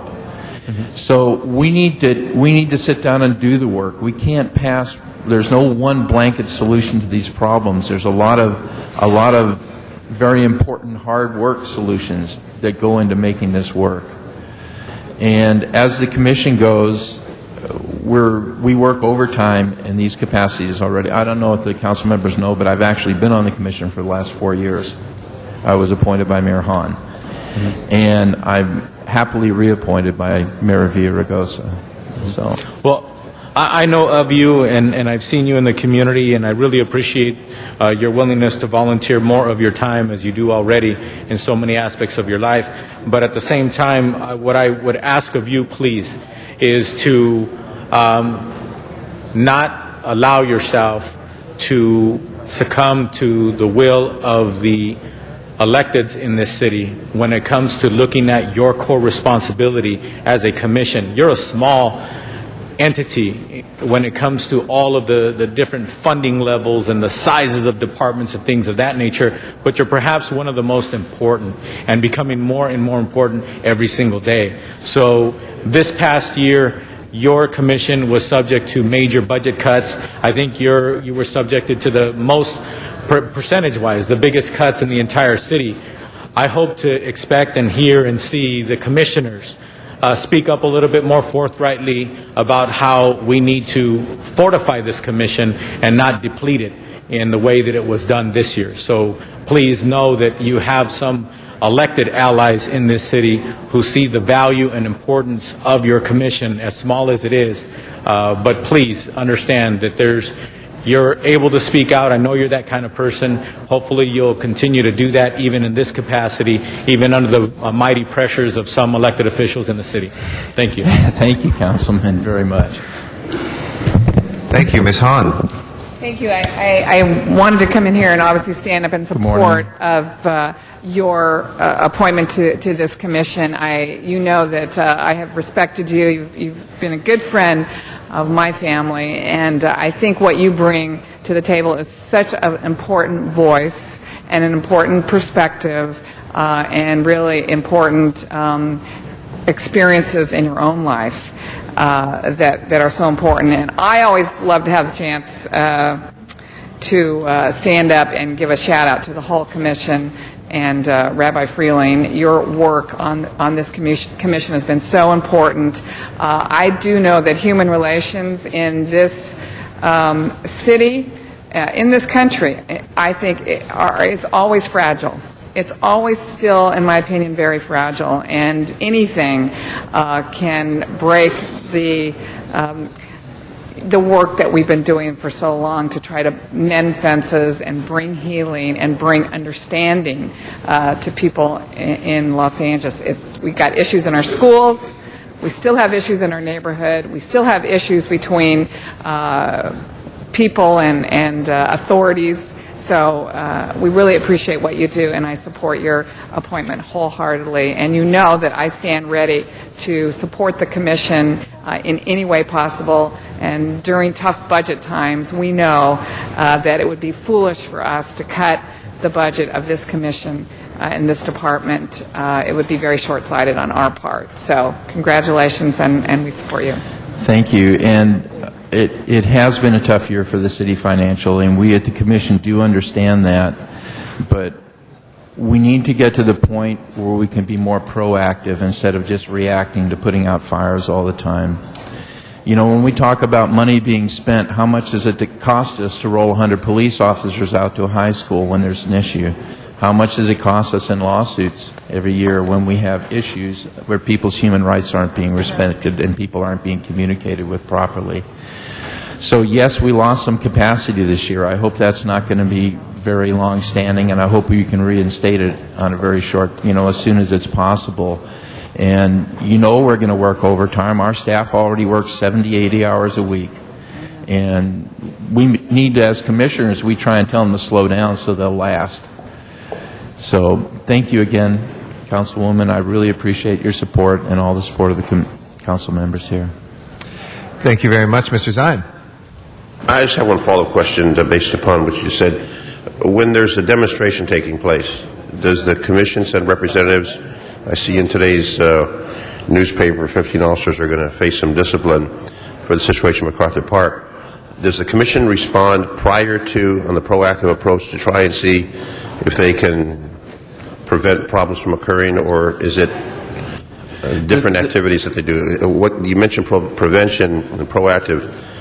Does the commission do that? Yes, we do. I think we had members of the commission at the demonstration, at the May Day demonstration, but I think what happened took us all by surprise, to be honest with you. And this year, when the demonstration took place, we had, how many staff members? We had almost the entire staff mobilized and some commissioners out there to prevent any miscommunication, to prevent any reaction on both the parts of the demonstrators or law enforcement, for that matter. Is there a liaison between the demonstrators and the police? Do you have a liaison taking place so we can be proactive and prevent something from occurring? Yes. Because you're talking about 15 officers that may lose their job, going to be disciplined, all the investigation. If that whole incident could have been prevented, obviously it'd be a lot better for everyone. And that's what I'm looking at when you mentioned prevention. I'm inquiring about that aspect. Because obviously the police have a job to do, the demonstrators, freedom of speech, and there's obviously the clash that took place. How closer can the Human Relations Commission be with the police to try and prevent some of the situations, obviously, that take place from taking place? Alan's tapping my shoulder. I think he wants to I see him tapping on the shoulder. He kicked me in the shin, but he just taps you on the shoulder. Certainly, I appreciate everything that is being said, not only about the Human Relations Commission, but this particular member of our Board of Commissioners. With reference to the subject that you've brought up, be aware of the fact that strategies have changed. May 1st of last year provided us with an opportunity to re-examine everything that goes on prior to, during, and after demonstrations.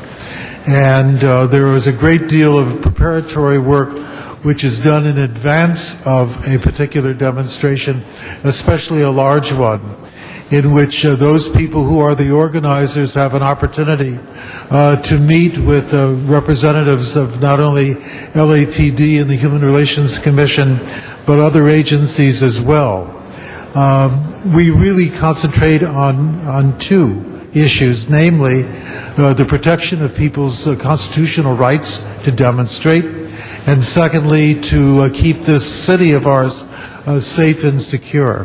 The organizers understand it, certainly management of LAPD understands it, and those of us who are the partners are there to observe, to monitor, and to report.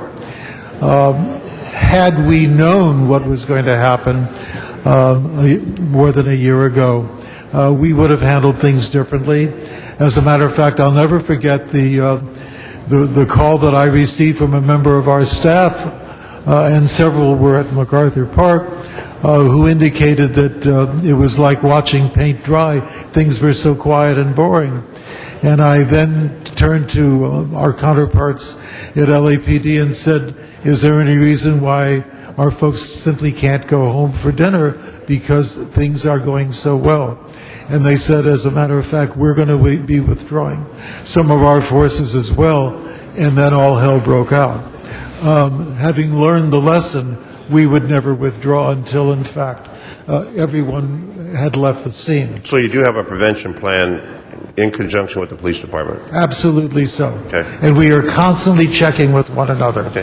Thank you. Thank you, Mr. President. Thank you very much, Mr. Zine, and thank you, Mr. Khalsa, for your incredible friendship to so many of us and the voice of peace and justice that you've been for this community and beyond. And it's a really extraordinary nomination. We're very blessed to have you here and to be a part of this conversation. We look forward to your work on the Human Relations Commission. But that's only made official with a vote, so let's go ahead and take that. Thank you. Madam Clerk, if you'll please open the roll, close the roll, and tabulate the vote. 14 ayes. Congratulations. A round of applause for our Commissioner. And I'd like to recognize Mr. Alarcon for a special introduction of a friend and a guest who is here in Council Chambers. Yes, members, I'd like to present to you an Assembly member from the Sacramento area who chairs the Judiciary Committee in the State Assembly, Assemblymember Dave Jones, one of the progressive members of the state legislature, and we're pleased that they are working out the budget, and it appears that we might have a budget within reach, and I just wanted to present him with you. It was my pleasure to serve with him for a short time in the State Assembly, but certainly as a colleague when I was in the Senate. Mr. Jones. Thank you very much. Thank you, Assemblymember Jones. Well, thank you very much, Mr. President, council members. It's a great pleasure to be with you here today, and it's always a real treat to see leaders at this level in the trenches making real things happen. And of course, our job at the state is to do everything we can to support you. I will tell you that at this point, the sentiment is running very high in Sacramento to override the governor's veto, and it's in our intention to come back in session tomorrow. Should he veto the bill today, as we suspect. I think also you'll see in the budget that we did adopt, we did our best to protect local government. There wasn't a raid on Proposition 1A, as some had suggested, nor was there a raid on Prop 42 transportation dollars. We are very mindful of your need to have the resources to continue to do the good work you're doing here in Los Angeles. So thank you very much. Well, thank you for being such a great friend to Los Angeles, and we appreciate the tentative budget settlement not taking money from our cities, which you can appreciate as a former council member yourself. So thank you very much, Assemblymember Jones. If we can take up the next item, please.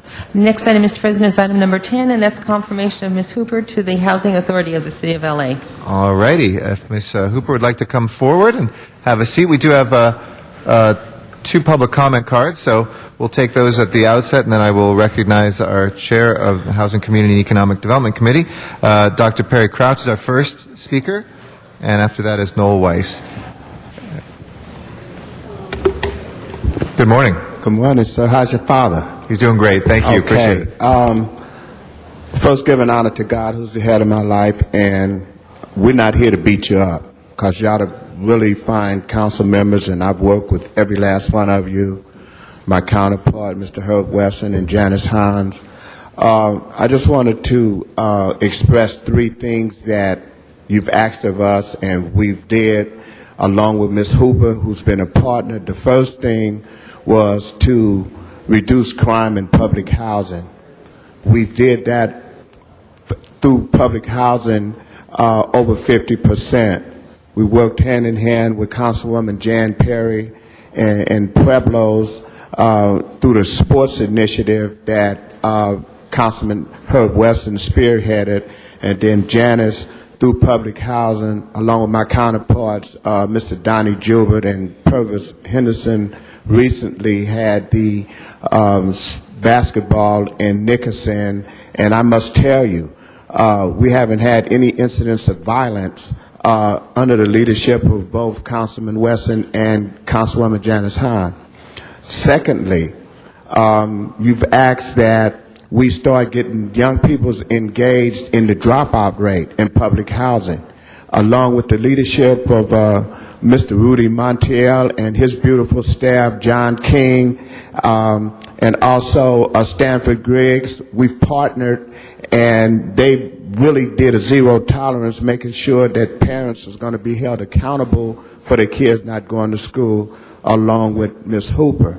So I'm asking on behalf of the Watts Gang Task Force that every time y'all have asked us to answer the bell, we have, and we asking you to answer the bell and appointing our sister and our soldierette, Mrs. Hooper, to the Housing Authority Commission. Thank you. Thank you very much.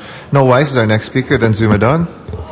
Thank you. Good morning, Council. On the theme of humility versus hubris, I can't think of a more appropriate choice for this commission. Ms. Hooper, as I've attended many of the Watts Gang Task Force meetings under Janice's leadership, which is just an example of bottom-up, as good an example as exists in the city.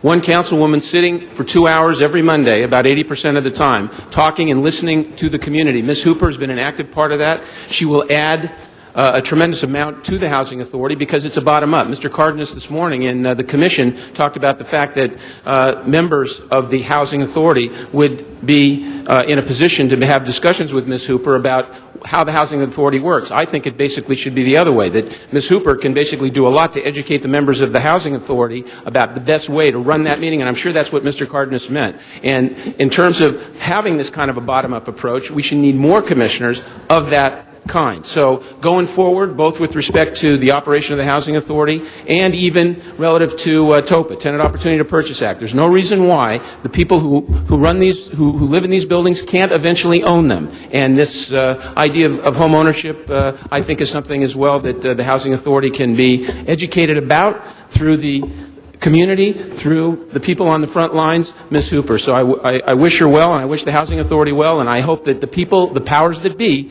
listen to the people and what Ms. Hooper has to say. Thank you very much. Thank you. Our next speaker is Zuma Dog.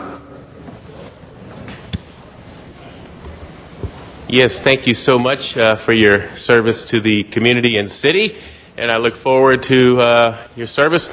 This time last year, there was concerns about the East LA Housing Authority, massive corruption. It was in the newspaper, and so the first thing I do is, if as a commissioner, I'd like the city council to make sure that we are following up. I remember Eric Arcetti as well was concerned about this. Make sure we're making progress, because I feel like the community is being cheated by the Housing Authority. The affordable housing policy in this town, I don't think the city has really taken it seriously and done the measures it takes. Also foreclosures, as we see, it's going to be having a terrible economic impact throughout the city and region. And, of course, foreclosure counseling workshops. I know Council Member Zine had one. We should probably have more of these things. But the main thing is that I'm concerned that the entire city hall that you will be working with under the Housing Authority is just very corrupt.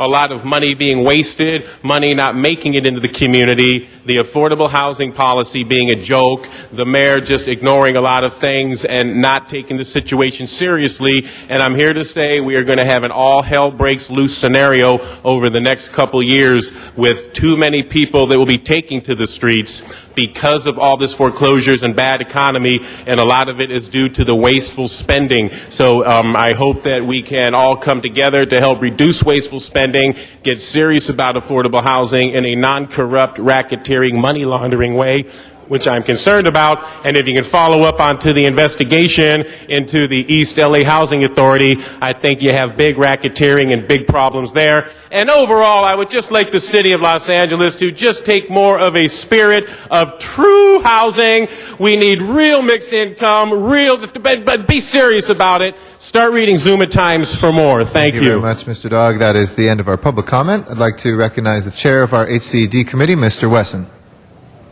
Mr. President and members, for the time that I've been here, I've had the great honor and pleasure to chair this committee. And I do want to say that I'm appreciative, but today was a very delightful day, and I'm sorry that I know that you were busy.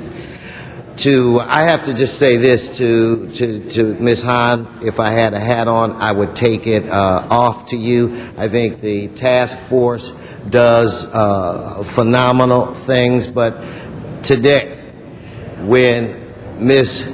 Hooper came in, Mr. Cardenas and I were given a special treat, one that I did not anticipate that I was going to get when I headed into work this morning. I want to say to you, Ms. Hooper, I bet when you got here at 8 o'clock, you didn't think you were going to be here this long, did you? I bet you did.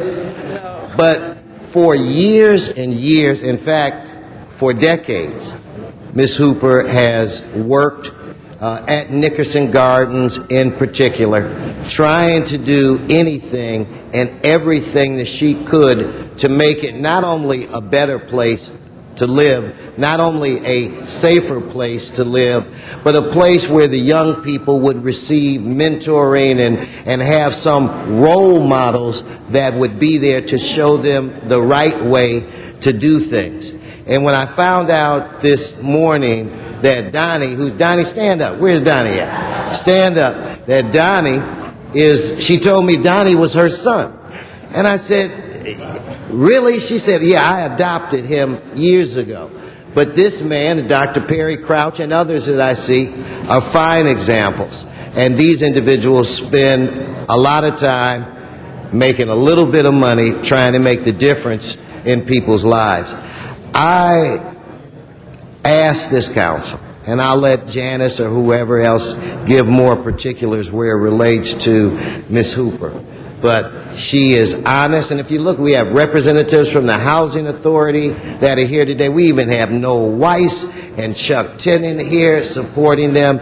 Now, I'm amazed that, that Chuck and Noel are at the task force with the regular basis. I think that that's great because they do care about people. But members, this woman cares. This woman is going to give us a common sense approach. She's going to use her degree that she got from Sidewalk University to try to make things better. And I think that that's what we need. So I'm excited and just disappointed that we couldn't unanimously vote for you today, but I had Mr. Cardenas and myself, and we did it as a communique from the chair. But I want to thank you for the quality 30 minutes that I spent with you and Mr. Cardenas. I wish you well, and I want to thank the representatives from the Housing Authority and from Watts that are here to show their support for you. So anyway, I don't have to tell you to do a good job. I know that you will. So it was an honor. Thank you very much. But I guess maybe, wait, I have a job here. I guess maybe you should, whoa, I'm not going to get paid. You got to tell them who you are, give them some of your background, and tell them why you want to serve on this. Okay. First of all, I would like to say good morning. And I would just like to say I'm very grateful for the council letting me come in this morning. And my name is Lucilia Hooper. I'm a resident of Nickerson Gardens. I have been a resident of Nickerson Gardens for the past 32 years, and I've been volunteering in my community for the past 25 years. And I'm one of the co-founders of the Watts Gang Task Force, and I work as a mentor in my community. I also operate the food and clothing bank in Nickerson Gardens and to the surrounding areas. And I'm just happy that the mayor saw fit to see the need and to ask me to be a part of the commission for the Housing Authority. And I've been working with the Housing Authority for the last 25 years and attended all of the classes and everything that they offer so that I would be able to be a better leader in my community. Thank you very much. We have a couple, please. Clearly got some good fans out here in the audience, and probably some around this horseshoe, too. We'll start with Ms. Hahn and then Mr. Huizar.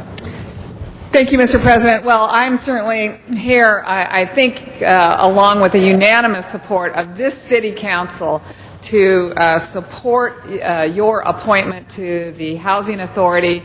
It's just what you said. I mean, you've been a resident of Nickerson Gardens for 32 years. You've been an active member of the community of Watts, being a real activist for the last 25 years. You were one of the co-founders of the Watts Gang Task Force. I went last Saturday to visit the gardens that you were responsible for helping to create in the middle of Nickerson Gardens. You have been a mentor, you have been a tutor, you have been a disciplinarian for a lot of young people growing up in Nickerson Gardens. Even before we had, a formal midnight basketball tournament, you were there for activities, for basketball games. You wanted to make sure that everybody that came was fed, and you were responsible for helping to organize the food for a lot of those evening tournaments at Nickerson Gardens. You really are, if there's anyone that's qualified to sit on this Housing Authority, it's Miss Lucilia Hooper. You have been there, you have lived there, you have advocated on behalf of the residents. You were a past president of the association that oversees Nickerson Gardens.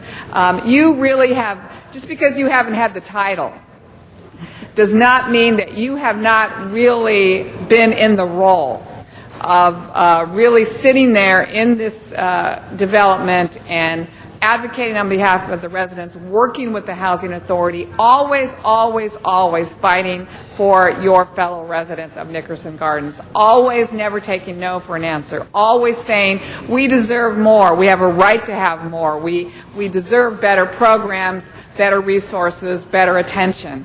And so I think this is a brilliant move by our mayor to place you in not only in this role but giving you the title of a commissioner. This is, after all, really just a perfect example of our system.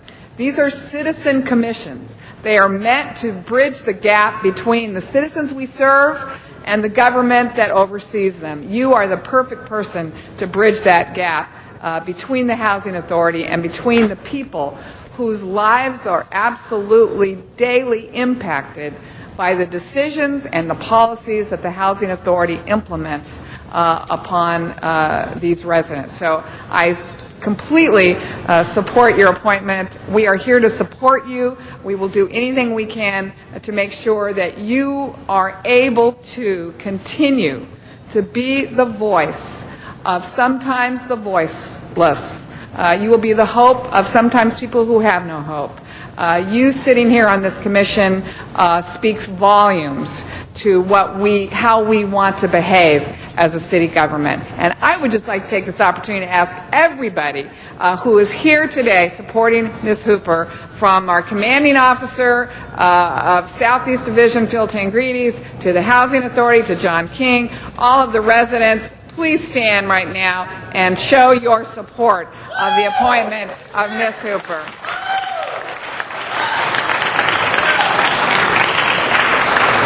So, colleagues, I ask us to join along with the community in giving Ms. Hooper our unanimous support for this commission appointment.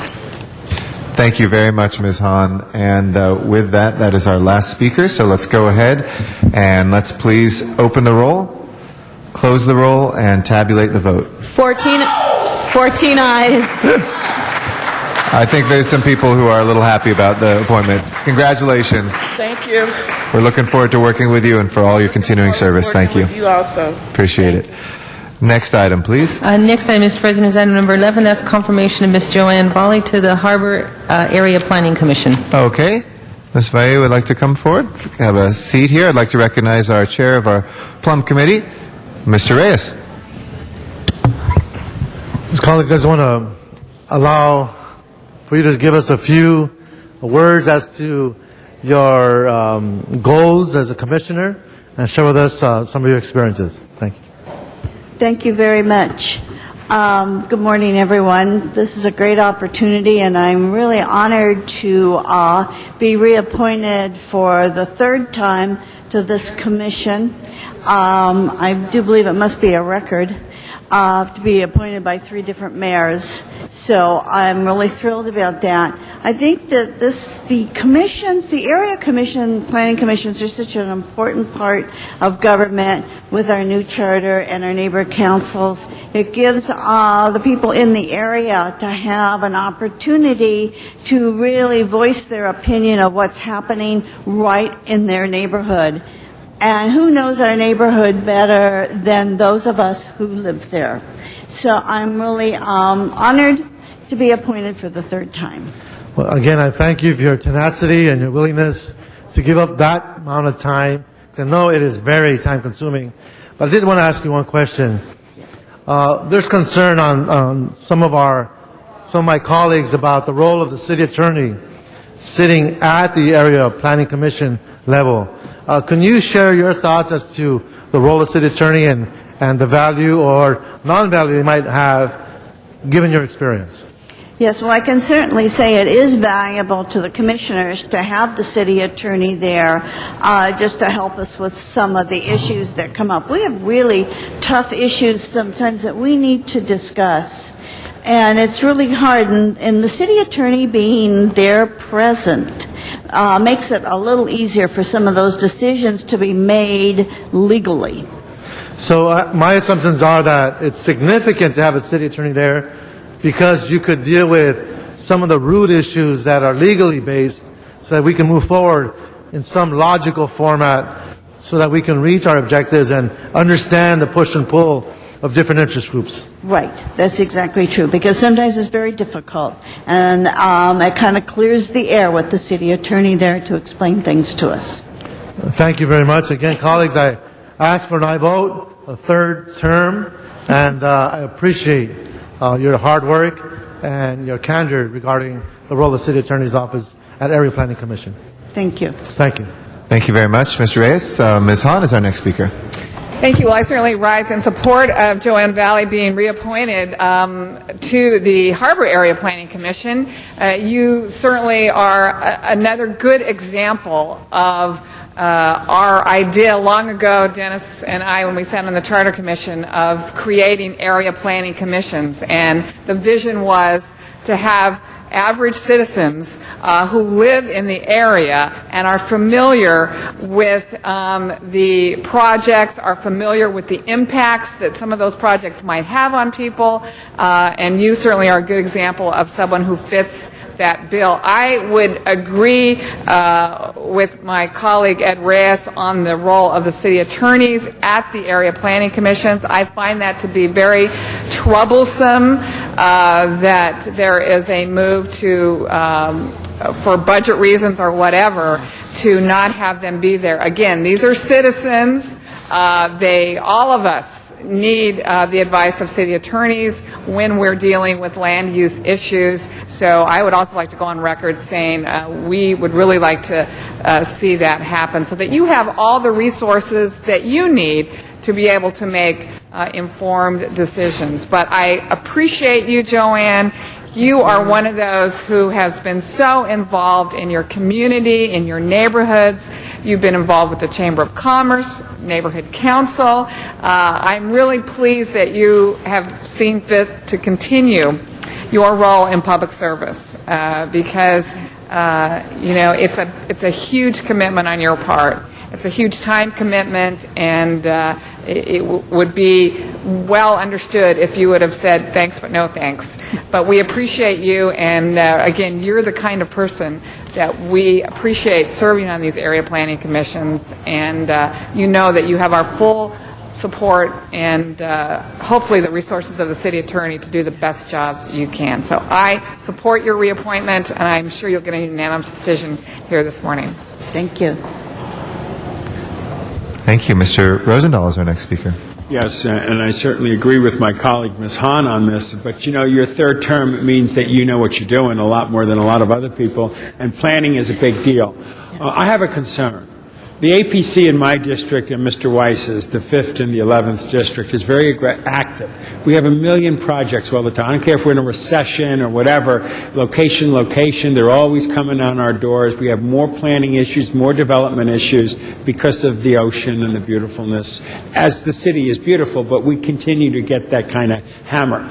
I'm concerned about the city attorney cutting back on staff attorneys at the APC. I do not want that to happen because my constituents are learning every day and they need that city attorney there as part of the process of the community involvement. I'd like your comments and opinion on that. Yes, actually, I think it's very important to have a city attorney there. I think whether or not you've had as many years' experience on an area planning commission, or if you're a brand new commissioner, there are things that come up on a daily basis as we meet that we're not sure about. So we need that city attorney to be there to guide us, to make sure that we're making the correct decisions for our community. So, in my particular sense, if I don't have a city attorney sitting there with my constituents and with the commissioners helping us figure this through, we're in trouble. Absolutely. We're going to be in big trouble without having a city attorney right there with us. Okay, so I just alert my colleagues that if this strategy of the city attorney in any way thinks it's going to go anywhere, we need to stop it from going anywhere. This is a valuable tool that the commission needs and our constituents needs. And thank you again for stepping up to the plate. Thank you. Appreciate it. Thank you. Thank you so much, Mr. Rosendahl. Mrs. Gruhl is next. Thank you. And so pleased, yes, there are a few that have gone through 3 different mayors, so I thank you for your contribution there and your experience and your answer. And Mr. Rosendahl, as Mr. Reyes and Ms. Hahn and I were talking, Mr. Reyes and I, we all received this letter in August, concerned that we think without having city attorneys available and present, that it opens us up to potential liabilities. And so Jerry Miller has had some initial conversations, and I know Ed and I plan on, as well as others, I think we knew how everyone else would feel as well, that it is so critically important that you have the advice and counsel of the city attorney at those APCs before items come before the city council. And I know for the commissioners it is particularly, I think, a good steady hand that is there with you and can advise your, citizen commissions. This is not your full-time job. So we look forward to, Mr. Rice, and I do, to ensuring that that happens because we have a lot of items that come to our area planning commissions that require legal advice and counsel. So thank you very much, Mr. President. Thank you, Ms. Gruhl. Any other members? If not, thank you, Ms. Valle, for your great performance and your great way that you've served this entire community, and I know that you'll continue to do so in your 3rd term, so let's make it official as well. If we could open the roll, close the roll, and tabulate the vote. 14 ayes. Congratulations. Thank you. All right. Round of applause for our commissioner, please. And our next item, please. Next item is item number 12, and that's confirmation of Mr. Dennis F. Hernandez to the Board of Taxi Cab Commissioners. Okay, if we can have the nominee come forward. Go ahead, you can walk right through there. That's all right. Don't be shy. Come to the table. I'd like to recognize Ms. Gruhl, our chair of the Transportation Committee. Thank you. And Dennis, I appreciate you came to our committee, I think it was last week. And those of you know, you served on the ITA Commission, and he had a little free time. So the mayor said, let's bring you back. And we had a great discussion during our committee meeting in transportation to talk about the fact that our taxi cabs and what they have happen in Los Angeles sometimes is the first impression they have when they come to our airport. It is a wonderful resource for people who are trying to create that seamless transportation system, and it also is an avenue for a number of our elderly citizens that are here in Los Angeles. And so I think we've recognized that the Taxi Cab Commission and the industry plays a critical role, and particularly in the next year when the franchises are going to come up.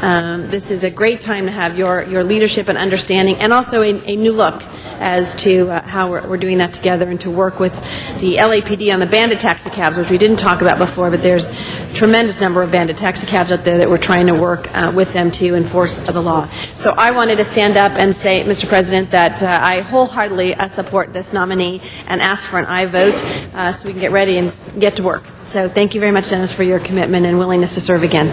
Thank you, Councilwoman Gruhl. Thank you. Our next speaker is Mr. Rosendahl, then Mr. Zine, Mr. Reyes. Thank you very much, Mr. President. Good to see you. In fact, I'm thrilled you're taking this position.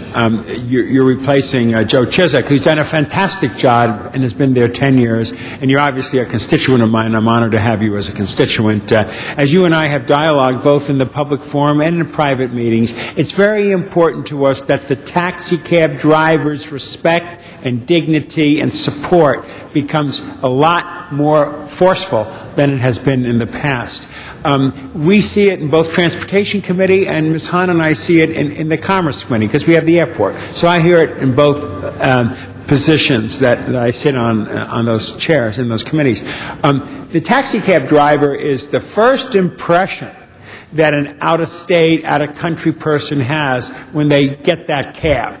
We know about the New York cabbers, we know about the Chicago cabbers, but we know very little about the LA cabbers. We do know that our city has been rather aggressive in a good way of supporting our taxi cab drivers. One of our issues, of course, are the illegal jitney cabs, and also the limousines that schmooze up to you when you're picking up your bags and try to avoid the legitimate cabbies as they're going through. So I look forward to your leadership with the local cab drivers, creating a strong friendship where they say to us, we got a commissioner whose ear we have that is an advocate for them. Give us a little bit about your background and why you want to do this.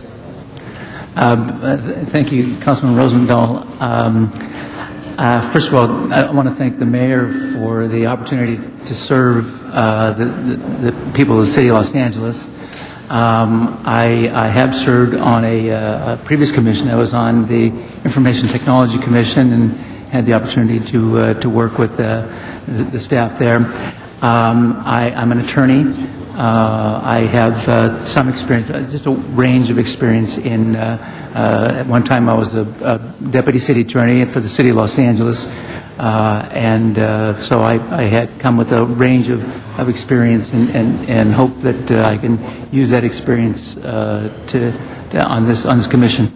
Well, I want to thank you. As we were talking about our gray hair and me no hair and all that, we want to get things done in our lifetime, and I know you'll provide that leadership. And again, hats off to the mayor, again, for putting a great person on a commission, as he does with general managers. His legacy right now today is that kind of leadership. I know there's nothing in it other than community and public service in your mind, and thank you for stepping up. Thank you. Mr. Zion. Thank you, Mr. President. Mr. Hernandez, you've been at Georgetown. I graduated from Georgetown, yes. When you're in Washington, you go out in the street, put your hand up, the cab shows up, you jump in the cab, get to your destination. You don't worry about a bandit cab. You don't worry about the cab driver not having a license, insurance, registration. New York City the same way. We have, and Councilmember Grewal mentioned this, we have a serious problem in the city with bandit cabs. Councilmember Smith and I are both reserve LAPD officers. I have worked that assignment in the past, and it is frightening how many bandit cabs are out there that are pushing the legitimate cab businesses away. They're virtually taking over that industry. Legitimate industry pays taxes, legitimate industry follows the rules. So I want to emphasize and just echo what Councilmember Grewal said. We need to do more enforcement there. I was recently on my LAPD assignment, and there was a bandit cab operation by LAPD Central Traffic Division. There was supposed to be a cooperative effort between the Department of Transportation and LAPD. It didn't appear to be a cooperative relationship because LAPD was doing it and the DOT was not there. So if you could look into that, and it's simple when people look for that symbol on the side, that seal, but when it's yellow or it's blue or it's blue and white or green and white, and people, especially out-of-towners, the airport is pretty secure, but other areas, Hollywood, the east side, many people are getting ripped off by those folks. And I know that they've assessed themselves an additional fee to help pay for the overtime, but somehow that cooperative relationship between DOT and LAPD, at least my last visual observation, didn't show it's working, because LAPD was out there doing it without DOT. They need to somehow bridge it and to be aggressive. And once they eliminate them, then the legitimate industry will be there. People will be safe and secure, and every now and then there's a tragic collision that occurs with a bandit taxi cab, no insurance, etc., and then there's a big headline. So hopefully we can do something to prevent it, but I would alert you on that as your position. And being a member of the city family, a former prosecutor with the city attorney's office, you know the legal system. Yep. And as long as we keep sliding it, it just seems to get worse and worse. I totally agree with you, Councilman. It's a health and safety issue. People who are out there without proper licensing, are not following the rules. If they don't follow the rules, basically a license, they're not going to follow the rules in any other respect, and they create a traffic problem, they create a safety problem. You're absolutely right. We need to do more, and I will do whatever I can. Because other cities have really eliminated it. You don't see them on the East Coast. The bandit tablets, I don't know what they don't exist. There's no tolerance. Here I think we've been too tolerant of it. So welcome aboard. Thank you. Thank you. Mr. Reyes. Thank you, Council President. I rise to support Mr. Hernandez. I want to thank him for his time, his commitment. As you look through the resume, there's an amazing amount of experience in different areas of law. So I know as we go into a citywide mode and dealing with the issues of impact and how we create safe pockets and how we look at the issue of the bandit taxis versus legitimate taxis and how we want to phrase that. We need your support, your assistance. I want to thank you for joining the city family. And like I said to some of the commissioners, be careful what you ask for, but I'm glad you're there. And congratulations. Thank you. Thank you, Councilman. Thank you for your support. Thank you very much, Mr. Reyes. It's our last speaker on the queue. So with that, let's go ahead and take a vote. If we can please open the roll, close the roll, and tabulate the vote. 14 ayes. That is approved. Congratulations. Thank you. Next item, please. Next item, Mr. President, is item number 13, and it's confirmation of Kelly M. Hawkins as permanent director of the Commission on Status of Women. Okay, we can ask her to come forward, please.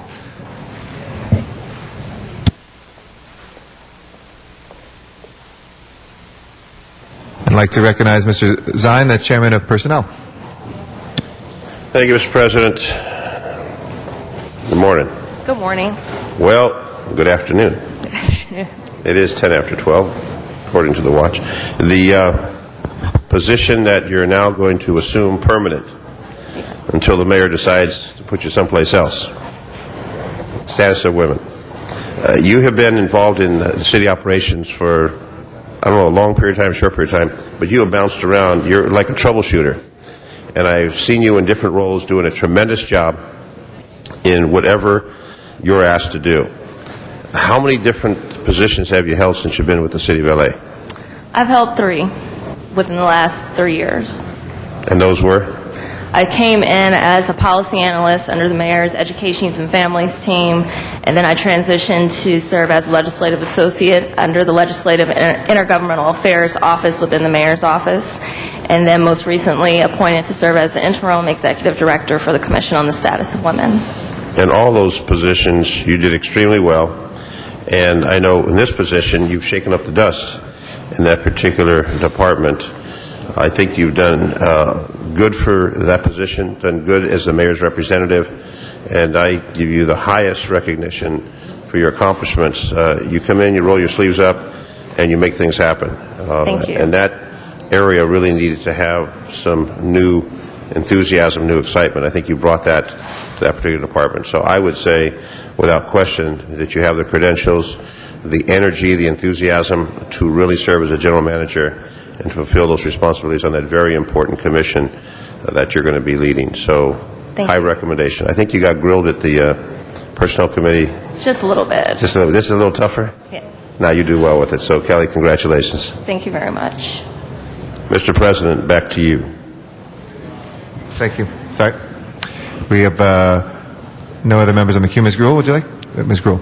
I just want to add, Kelly, you know, I'm very excited about this appointment. When you came as an interim, you came up and met with me and said, what have I gotten myself into, even just being interim? But you took hold. You were not only professional in dealing with a number of management issues, but looking for vision. And one of the first things you did was talk to us about what we thought and the importance of the Commission on the Status of Women. And as someone who was there when we created that Commission on the Status of Women, it is such an important part of the city of Los Angeles. And you have given this new breath of fresh air and an ability to say, how do we do things differently? How do we engage people who otherwise have not participated in this? And I think that people have felt like, oh, sexism doesn't exist. Well, guess what? We've learned through this election and other things, and even as a council member, I know the 3 of us women on the city council talk about that frequently, about the kinds of attitudes and things we have to change. But I feel as though, although I'm not sure I'm old enough to be your mom, but I feel like you're my daughter because we've invested in you and we're very, very proud and proud of the mayor that he chose to appoint you. And when you were interim, I said, you know, is there any possibility you would consider being, and I think you first said, no, that's never going to happen. And it did. And it's because you demonstrated your effectiveness and your leadership. And so I just so look forward to working with you. This is a great appointment, a wonderful commission that you have that is going to help you through this. But we're expecting great things from a great person. So congratulations to you and your entire family who I know support you and what you're doing here. And we support you here in the City Council. Thank you. Congratulations. Thank you, Mr. President. Thank you very much. Ms. Hahn is our next speaker. Ms. Hahn? All right.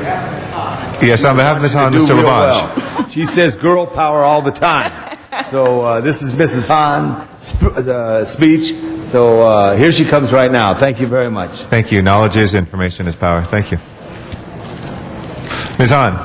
Thank you, Mr. President. I just wanted to stand up and say it's about time they made you permanent general manager. You've done such a good job in your role as the interim, and really have respected your perspective. I've respected your leadership. I've respected the way you've been able to, I think, in a way that hasn't happened before, really connect what this commission does in terms of our young people growing up in LA and what this commission does in terms of really getting at-risk young women to grab them before they begin to go on the wrong path in life. I've been extremely impressed, of course, with YWAR. And from adversity to resiliency, I've gone to 2 of the graduations. I've been so impressed with your work and your championing of that program. It breaks my heart to think that there's ever going to be a time when our budget restraints will, not allow that program to exist, because for me, the status of women is all about really empowering women to understand that it's their choices in life early on that sometimes, unfortunately, dictate consequences and a life that they may not have wanted to have go in that direction. So I think what you're doing is so important and so critical at a time when gang violence seems to be the dominant factor in a lot of these kids' life, and the lure and the temptation of being a part of a gang sometimes is greater than what we're able to offer them. But I think you're trying to, stem that tide, and you're trying to say, no, there are things we can do as a city that will help grow up a generation of young women who will make good choices and who can be empowered to really give back to their communities and their neighborhoods and their cities. So I love it that we're finally making you the permanent general manager. You've done a really good job, and you've helped to connect, for me and the constituents in my district, to programs that are life-changing. I would dare to say life-saving. Thank you, Kelly, for your work. Really, you're a star among stars in the city. Thank you for your support. Thank you very much, Ms. Hahn. And Mr. Alarcon is our next speaker. The Commission is one of the smallest departments of the City of Los Angeles. You have how many staff? Currently, I only have 1 staff with 1 vacancy. 1 staff. The issues of women are huge, and the ability to marshal resources and effort and provision of service can be easily drained by serving just one issue. This is not a service-driven commission. Correct. It is a commission primarily established related to policy. And as I said, your efforts could be drained easily by any number of issues.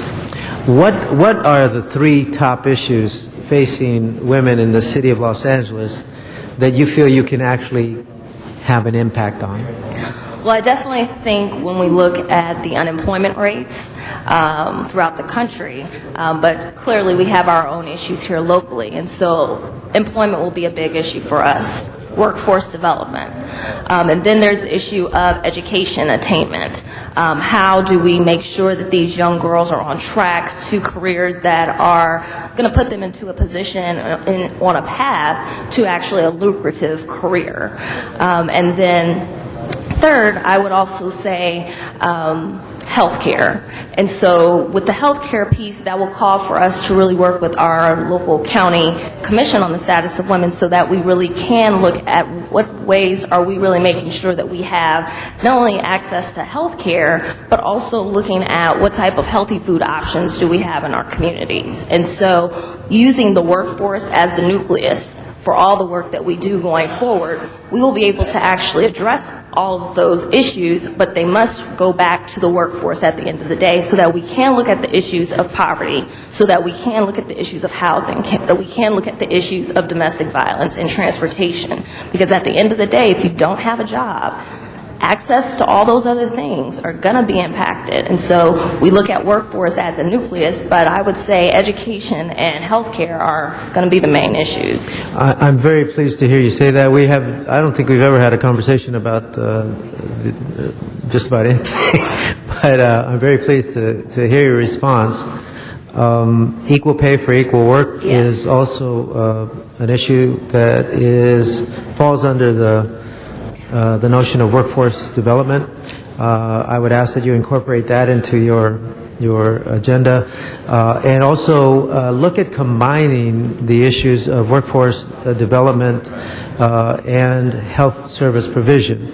There are tremendous opportunities in nursing to gain a decent wage as well as promotability.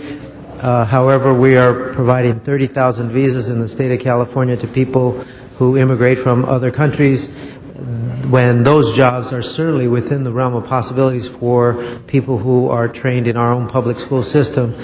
So I would like to work with you to develop such programs right here in Los Angeles that fits exactly into your agenda relative to healthcare and workforce development. I mean, at the end of the day, we want to basically assist the city of Los Angeles in terms of making sure that women are retaining access to the workforce. And so we will be working with the United Way to actually put out a policy brief that will look at these support mechanisms, and actually the county actually has a program currently that is a pipeline program into the health service industry. And how do we look at Los Angeles retirement age right now, what it is, projecting out 5 to 10 years, and then saying how many spaces are we, or how many vacancies are we going to have available, and start those pipeline projects or initiatives that start in middle school. So if we have to say we need to adjust our retirement age, then we start in the middle schools, and we say we're going to work with DWP, as we have started already. We will look at the logistics sector to say what types of pipeline projects we actually need to go forward with. So the commission is not going to be able to do direct services, but we can work with our city departments to actually put in programs and projects that support their work and not necessarily be the watchdog over them, but be their partner in solving these issues. Great. Thank you. Thank you. Thank you very much, Mr. Alarcon. And thank you, Ms. Hawkins, for your great service already, and looking forward to making this permanent. So let's go ahead and prepare the roll and tabulate the vote. 13 ayes. Thank you and congratulations. And, Mr. President, for the record, the salary is $106,739, and also on item number 34, the salary was $185,000. Thank you. We have a request to take item 30 out of order if there is no objection. Let's take up item 30 next.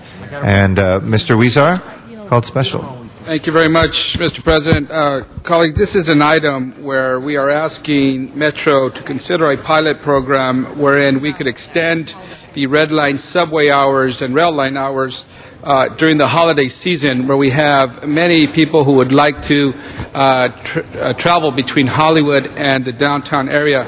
As you know, now that we have more entertainment in the downtown area and we have more residents living here, there's a need for not only to make this connection for shoppers and people who want to come over and go to a restaurant or a bar, but also the employees. Many of the employees who work downtown and work in Hollywood and vice versa are looking for a convenient, cheap way to travel. And as many of you know, we are looking to encourage people to take public transportation. And what better way to do this when there is support for it from the local residents? The business community is fully behind this. In fact, they have pledged over $50,000 to help subsidize and promote and support this extension. We've been working here with Councilmember Eric Garcetti, Councilwoman Wendy Gruhl, and John Perry to make this possible, and this is a step in the right direction, and it will take us some maneuvering with Metro. They have indicated that they're very supportive, but this is a great way to provide services where it's most needed and to promote the use of public transportation. So I ask for your aye vote on this. Thank you. Thank you very much. Mr. Cardenas, please. Ms. Gruhl, please. After that. Thank you very much. Thank you very much, Mr. Labange and Mr. Huizar. as well as Ms. Perry and Mr. Garcetti. And I think, Mr. Wiesar, this was one of the things that you thought of in your office in talking about it. I know in my own personal experience the fact that if the subway stops at 12:30, it limits people from participating, particularly during the holidays. And if we are going to grow up and be an urban city and have a downtown that is vital and a Hollywood that is vital, we know how critically important it is to have a seamless system that goes throughout the evening to be able to address some of the social and cultural items that we have here in this area. And so I wholeheartedly support this. There's been a lot of work done in having this being financed by the private sector. I think we'll see a high demand for this. It's also incumbent upon us to encourage people to take it during those times so that we can demonstrate to our friends at the MTA that there is a need for an extended service. I've talked about the fact, Mr. Garcetti, I was stuck in your wonderful neighborhood of Hollywood and Highland one night at 12:30 because the subway stopped at 12:30 and was lucky enough to get a ride home, but a lot of people don't have that or don't necessarily have the access to the taxi cabs that may be coming by there. So this is really great. I'm very excited about it. There are just two items that we want to change in the motion that was adopted by the council, which is that it will only be Fridays and Saturdays, and the date was incorrect. It should go through January 3rd of 2009, not 2008. So we look forward to this being a very successful program, and again, thank you, Mr. Wiesar, for the leadership on your staff in making this happen, and thank you, Mr. LaBonge. Thank you, Ms. Gruhl and Mr. Garcetti.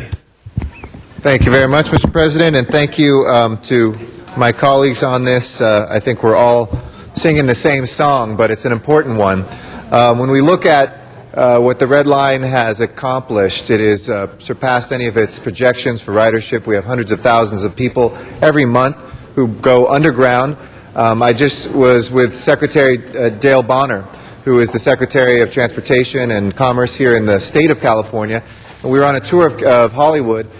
He's from Los Angeles, and he admitted as we went down to the subway, it was the first time he was on the subway. I think for a lot of Angelinos, they don't realize what an incredible jewel we have right underneath our feet between downtown and North Hollywood.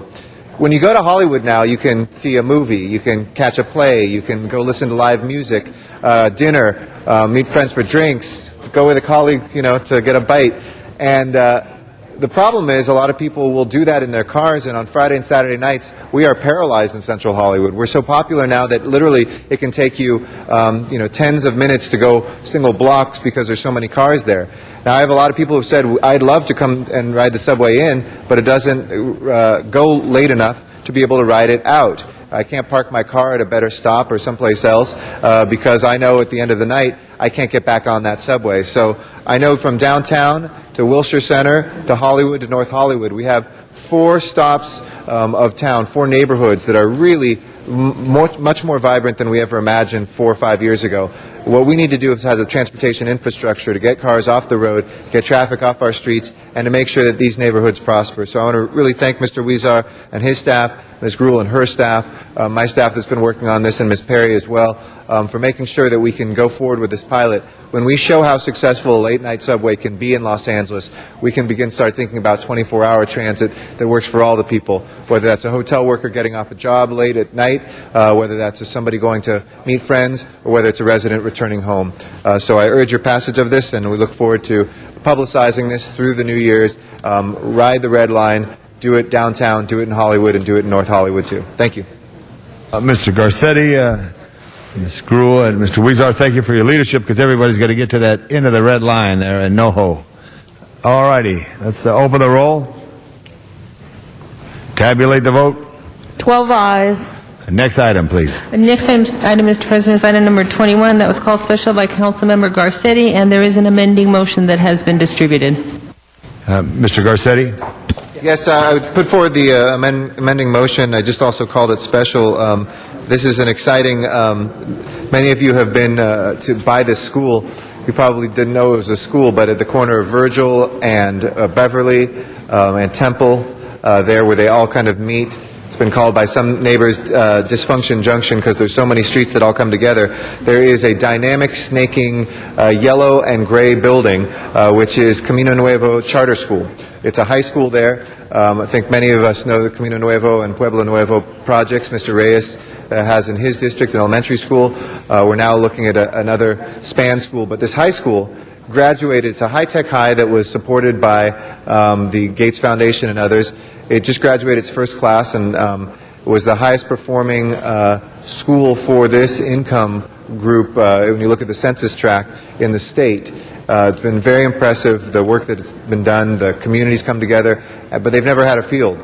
So across the street, the city is going to partner with a school here to be able to accomplish two ends, to have an athletic field that will serve the students of Camino Nuevo, but at the same time have an opportunity for the community to have green space right around them and to take what was formerly a blighted property and turn that around. So I urge your support today. The city is putting its money where its mouth is in helping reprogram some money we had for another park and to be able to accomplish this for the school and truly be a partner for education and young people in our communities. Thank you. Thank you, Mr. Garcetti. Good work here. Closes the comment. Open the roll. Tabulate the vote. 12 ayes. And forthwith on that matter. Next item, please. Next item is item number 35, and that was called Special for Cards. And I also understand on 35F, there's a request to continue that to September 23rd. Okay, we're going to continue that. And that's not the whole matter, just 35F. Right. Okay, but we do have some cards here. Lisa Derrick, Samantha Franklin, Arnold Sachs, Marion Folgers, Matt Dow. Please come forward. Please. Okay. Good afternoon. My name is Samantha Franklin. I know we've got a continuance on this motion, but I was hoping to make a brief and somewhat cathartic statement on this matter. I am a resident of L. Ron Hubbard Way. Every weekend for the past 2 years, this public street that I live on is completely closed to the general public. It's closed for pizza delivery, it's closed for my friends and family to visit, and I have to present ID to get to my own home. Non-Scientologist residents living in single-family homes on LRH Way are never petitioned about the street closures. The only people petitioned are the Scientologists who were birthed on L. Ron Hubbard Way, and of course will sign the petitions in favor of their organization. I've never received a 10-day advance notice of street closures. The street is often fully blocked at both ends with unsightly fake shrubbery, and often kiosks block the required 20-foot fire lane. Up until Labor Day, residents have not been allowed to drive to their garages attached to our buildings that we own and rent. Without warning or notice, our driveways have been blocked in, and we've been physically prevented from leaving our homes as well. In order to park in the Scientology-owned garages during events, residents are photographed and must give Scientology their driver's license numbers and social security numbers to be issued a parking pass. Massive construction efforts are launched all hours of the night for several days in preparation for these events. Work crews are out on the street all night hammering, hoisting massive movie studio caliber floodlights onto scaffolding, along with building the blockades that will be used to cumber our access to our homes. During the events, the music is often blared at top decibel past midnight. The situation is truly compromising our standard of living. In the spirit of reform, accountability, and empathy, we, the residents, request that you limit the number of weekends L. Ron Hubbard Way is closed, a public thoroughfare, to no more than 24 closures per year, especially in light of Scientology's abuse of the aforementioned permit procedure. We request that in the permitting process, you indicate that during closures, sidewalks must remain open for the public, and that residents, their guests, and service people are allowed free and uninhibited access to their homes and garages. And Thank you so much on that. You could give that to the Sergeant of Arms. Okay. And I'm going to have the next speaker introduce themselves as they come forward. Hello, my name is Lisa Derrick. I don't live on L. Ron Hubbard Way, but during my work as a free speech advocate, I've met a number of the residents who are not Scientologists and learned their stories, and it's pretty horrifying. During one event, a woman was told by members of Scientology, and I'm not picking on them specifically as a religion, they're the sponsoring organization of the event, that she could not have friends over for her birthday party. Another woman had to carry her dying dog 3 blocks because they would not allow her to drive onto the street. These closures are 104 days of the year for the past 2 years that Samantha's been talking to me about it. And one resident has said this has gone on since 1999. This is not fair to the citizens of the city of Los Angeles, especially ones who lived there when the street was originally called Berindo. Often there is no fire lane. Noise goes on for all hours. I've actually been visiting people and had to call 311 at 11 o'clock at night because there's construction work going on. We request that closure be only 24 days out of the year, 1 week and a month, to allow the other residents parity and free use of their street. I've sent copies of closure information to Councilmember LaBonge and to Councilmember Garcetti, and entered into the records photographs of what the street looks like during these closures. It is distinctly unfair that that street is gerrymandered and that residents who are not members of the sponsoring organization are never allowed or notified. The only reason Samantha found out the street was going to be closed was because I called arson in your office, Mr. Garcetti, to find out about permitting procedures for a free speech event, and he said, oh, by the way, there's a motion to close the street every single weekend for a year from 6 a.m. in the morning Friday until 11 o'clock at night on Saturday. That's reprehensible, and just it needs to be altered enough. They can have their graduations once a month, not every single week. It's not fair, it's not right. It's a public street with a left turn lane and a traffic light. Please help the residents of your district and surrounding districts to be able to use a public street. Thank you. Mr. LaBonge, just briefly. Thank you. And thank you for that. I'm glad that Arson could bring that to your attention. And I don't know if you caught it, but I want to make sure you heard that we continued that piece of it so that we can get together and we can see how we can solve this problem. And we really appreciate you coming here, appreciate your patience and bringing this to our attention as well. Thank you. Yeah. Matt Dowd is not here. We'll add his name for the record. Arnold Sachs is here. Mr. Sachs. Yes, good afternoon. Thank you, Mr. President. Very quickly, I just wanted to know that special events, you have an item on your agenda today to raise permit fees and fee for special services. So would that be inclusive of special events?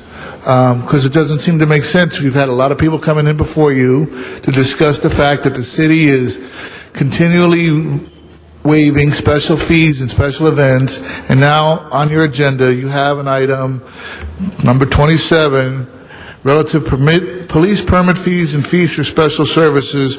Recommend instructing Los Angeles Police Department to identify additional businesses and activities which generate significant enforcement activities and report on the feasibility of permitting those businesses. I'd just also like to point out that the last time, one of the other times that you looked to raise fees for special events was a trash fee increase that the city incurred. And a couple of people wrote in on some editorials that when the trash fees were raised $11 to $26, they were raised from $15 to $26. It generated $137 million in fees. Yet the fees were actually raised from $26 to $39.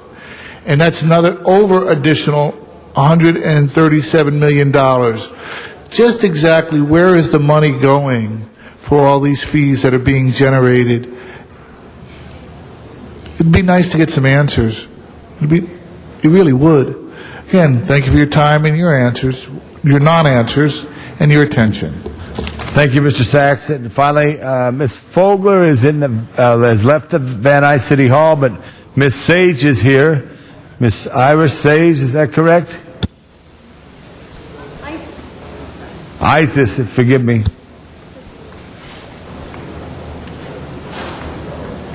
Hello. You have some glue for this? Hello, I'm Isis Sage. Addressing the Latino Heritage Month special event. Why are these fees and costs not submitted? Okay, it looks shady, to say the least. Do you thrive on shadiness and take pride again? Why we are very deserving to know. We are deserving citizens not in the know again. This crucial money being spent, you know we are in a depression. Hello? Okay. This is another perfect example of no transparency and no accountability. Thus far, our valued money spent is, I guess, of no concern to you here in the council. We Angelenos feel very uneasy when we are left out of the loop. Shadiness does not build trust. Get that through your heads.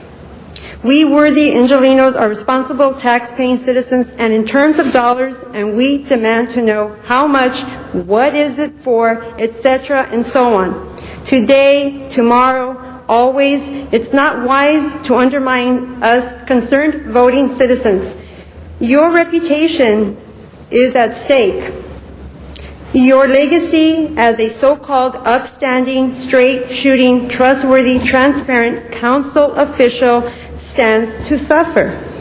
You should set an ethical example for the youth who are Latino or not, will one day have the power to vote for you or against you. Because, as of now, we Angeleno adults are not impressed by your shady antics. Thank you, Ms. Sage. Madam Clerk, with the exception of the one to be continued, open the roll. Close the roll. Tabulate the vote. 11 ayes. Very good. All right. Next item, please. Next item, Mr. President, is item number 17, and that was called special by Councilmember Hahn. Call on Ms. Hahn. Thank you. Finally, 17. Is there a member of the Department of Sanitation here? Colleagues, this seems like a relatively simple request, and I know Ms. Perry's committee moved this forward to the full City Council. This is about our department applying for some grant dollars to continue, expand, and enhance our tire recycling pickup enforcement project in the City of Los Angeles. I just have some real concerns, colleagues. I think if this is an existing program, it hasn't been run very well. I have an abundance of abandoned tires in South Los Angeles. Wilmington has been a huge source of abandoned tires. I don't think people know about the current program that we have where people can bring their tires to drop off at our sites right now. So I'm a little hesitant to say, yeah, go ahead and get more grant money for this program when I don't think it's been a very well-run program so far. I don't think the outreach has been very well, and I don't think the Bureau of Sanitation is necessarily working hand-in-hand with law enforcement in terms of illegal dumping of tires. So what do you have to say for yourself? Well, good afternoon. Alex Halou for the Bureau of Sanitation. The Bureau of Sanitation provide free drop-off of tires to all city residents as long as they come to our yards, district yards. Who knows about that? We do have public education information out. Who knows about it? Do people in Los Angeles know about this? What we in the Bureau of Sanitation have done is we have a brochures that have list all the services the Bureau has. Earlier this year, we gave about 1,000 to each district council office of these brochures that have all the services, including the tire in them. Do you think people know about this program? Well, we try to. We have ads on the back of the buses. We do have. We run some ads during. So you think you're doing a perfect job on communicating with the public about this? What we're trying to do with this program is we're asking the state to help us fund part of this program. Currently, there is no funding from the state coming to the Bureau of Sanitation for taking these tires and recycling them. We basically collect them and we end up paying it from the SWERF fee. This will help us $200,000 to $250,000 to do public education as well as offset some of the cost of recycling those tires. There is a bureau-wide task force that's being chaired by Commissioner Ruiz. There'll be a meeting tomorrow to discuss the illegal dumping because this is a problem faced by the entire city. And as a subset of that task force, there is a public education element where the Public Affairs Office will be taking the lead and trying to educate residents and find better ways to reach out. But if residents bring in their 4 tires, they can come to our district yards. They deposit them free of charge. We take those, we collect them, and then we recycle them. I know it all sounds good, but I just don't believe that your current program has been very well publicized or marketed. Again, I have such a terrible problem of abandoned tires throughout my district. So whatever you're doing, I don't think has been good enough. Well, we can always improve on what we're working on, but right now, this grant would help us really offset some of the costs we're already incurring in doing it. Again, the task force, I think this by Commissioner Ruiz will About how even many help. how many tires are dropped off currently? For last year, we collected close to 400 tons of tires that was taken, recycled. Were they dropped off, or did you collect them? Those were basically dropped off at our collection yards at the 6 collection districts, from the Valley down to the Harbor to West LA, as well as North Central. 400 tons last year. Okay, Thank you, Ms. Hahn. Thank you. I just have concerns about them going after more money when, again, I think this is a program that's not really operating very efficiently now. We had never have applied for this grant before. This is the first time the Bureau is going. We can work with your council office about how we can tailor the public education piece. But this is the first time the Bureau is applying for this type of grant. And what's your deadline to apply for this?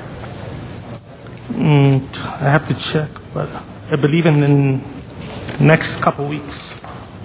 Next couple weeks? And this is just an application to submit. It does not guarantee we're going to get the money, but it puts our foot in the door so we can get the $250,000. All right, thank you, Ms. Hahn. Just a technical question. Do you accept non-LA City tires?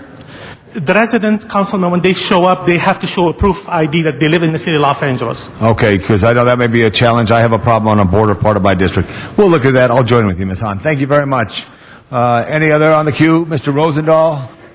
Yeah, just a quick shout out to you. I just got to thank you very much. We've been talking about this, giving people more information, understanding of what goes in blue, what goes in black, what goes in green. We're going to try to digitize this, put it on our website too so people can see it. We appreciate the 1,000 copies which we'll be getting out. But the more people understand what bin they can put what in, the better off we all are. So hats off to you guys for doing this. Thank you. Thank you very much. Thank you, Councilman. Thank you. Mr. Smith? Yeah, Mr. Halou, does the Bureau of Sanitation pick up tires that are left on public streets, alleys? Right now, we do, if there happen to be a bulky item that's being dropped and the driver takes it, we do pick them up. That material cannot be taken to a landfill. We have to make sure we take it, put it back in the yard so it could be recycled. And those come to you from what? Because Bureau of Sanitation doesn't pick up trash in public streets. Street Services do. So it's incumbent upon Street Services to call you to pick them up because they're tires. That's absolutely correct. Okay, so you're not out there doing it. You're responding to another city department, basically. If they ask us. So I think that's a problem. There's a lack sometimes of coordination between the bureaus, and the problem is that Bureau of Sanitation is not tasked with cleaning up public streets and public properties. They respond when they're notified that it's tires, because tires is a toxic item that cannot go in landfills, and we actually want them because we use them in our street repaving program. So I think there's a unfair criticism of this department because they're not the problem. They're just responding to call-outs that they get because it's not directly in their jurisdiction. So I think that's one problem. And two, we've only begun to do this in recent years, but we have found, LAPD would tell you that one of the biggest violators is not citizens dropping tires off, but tire shops, because they collect the money and then they go dump them and we take care of it for them. And so I think the bigger problem is on a control with LAPD is following up on those violators, which is really the tire shops. We've got to keep a close eye on them. But I think they're doing what they can. They've only recently begun picking up public streets stuff too as well. So I think this is not the department to take off on. Well, I mean, the only reason I'm taking them on is because they're here asking for our permission to go for a grant for tire recycling. But until, and you bring up a very good point, Greg, I mean, until we start communicating among departments, then, you know, they're going to get more money to recycle these tires, but what are we actually doing to, you know, stop the illegal dumping? What are we doing to, educate the public that they actually can bring in tires? I mean, it's like they're going for more money, so that's one reason I've got this department in my sights, because I don't think this, I guess what I'm saying is I don't think this is going to solve the problem. I don't think this is going to solve the problem. Yeah, it'll help them, give them a little more money to deal with what they're already recycling, but it's not going to really help the overall problem in the city, which is illegal dumping of everything from construction material to tires, and it's causing such a blight and it's causing such a decline in people's quality of life that I'm trying to figure out. We're going for more money to recycle it, but it's not really solving the problem. So that's my concern. I really would have liked to have seen, before you apply for this, I would like to see, a very detailed plan on how the Bureau of Sanitation is going to work with street services, is going to work with the public, and frankly, with all due respect, I don't think 1,000 brochures, is going to solve this problem. That's not necessarily how people are educated or are communicated to out in our communities. Very few of them are going to walk into a council office and pick up a brochure. So we got to figure out a better way to do it. Thank you, Ms. Hahn. was given to the council. Thank you. Yeah. Thank you. Thank you. Madam Clerk, open the roll. Tabulate the vote. 10 ayes, 1 no. Thank you. Who was the one no?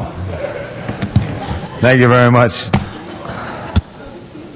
Next item. Next item is item number 28, and that was called special by Councilmember Hahn.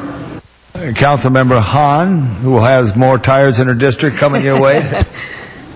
Thank you, colleagues.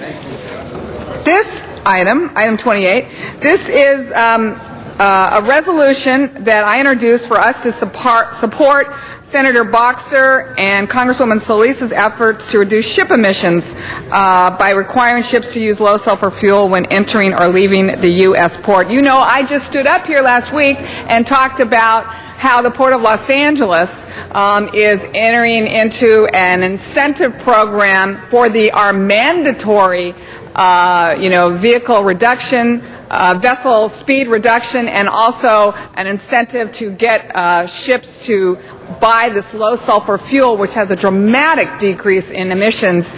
But this is a bill that will actually make it a mandatory requirement that all ships entering and leaving U.S. ports would be required to use low sulfur fuel. The EPA will decide on the West Coast that it is ships, once they are 200 miles off of entering our ports, they will have to be required to use this fuel. And other ports in the U.S., that will also be decided how many miles out they will be required to switch over to this fuel. This is a good thing. This is something we've been hoping for. We can do all our part in Los Angeles to try to reduce emissions, but until it becomes a national standard and then hopefully an international standard, we will never hope to reduce greenhouse gases that are coming from this planet in the form of ship emissions. So this is a good thing. I ask for your support so we can let Senator Boxer know and Congresswoman Hilda Solis know that we are in support of this. It's a good thing. It makes sense for the air we breathe. How's that? Very good. Thank you very much. Let's go ahead and prepare the roll and tabulate the vote. 11 ayes. That is approved. Next item, please. Item number 43, called special for cards. Okay, and before that, if there's no objection on 41, I'm going to move we continue that to the 23rd on request of the very intelligent and handsome city attorney. All right, without objection?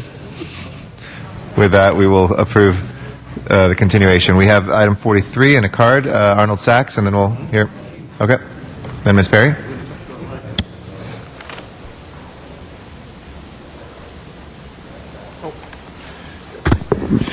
Good afternoon, Arnold Sachs. I have a little bit of a concern regarding this item on your agenda. On September 2nd, the County of Los Angeles County Board of Supervisors meeting, they had an item on their agenda, item 18 to be exact, regarding a lease with the Weingart Center Association, which is the same center that's named in this item on your agenda. What they put in their item on their agenda is after they said this 15-year lease with Weingart Center Association, parentheses, landlord. I questioned that at the County Board of Supervisors meeting, and I was told that's who they are. And here you are authorizing to execute a contract for over almost $600,000 with the landlord as the shelter and service contractor for the Streets and Service or Services program. Just exactly why would you negotiate with the landlord for streets and services programs?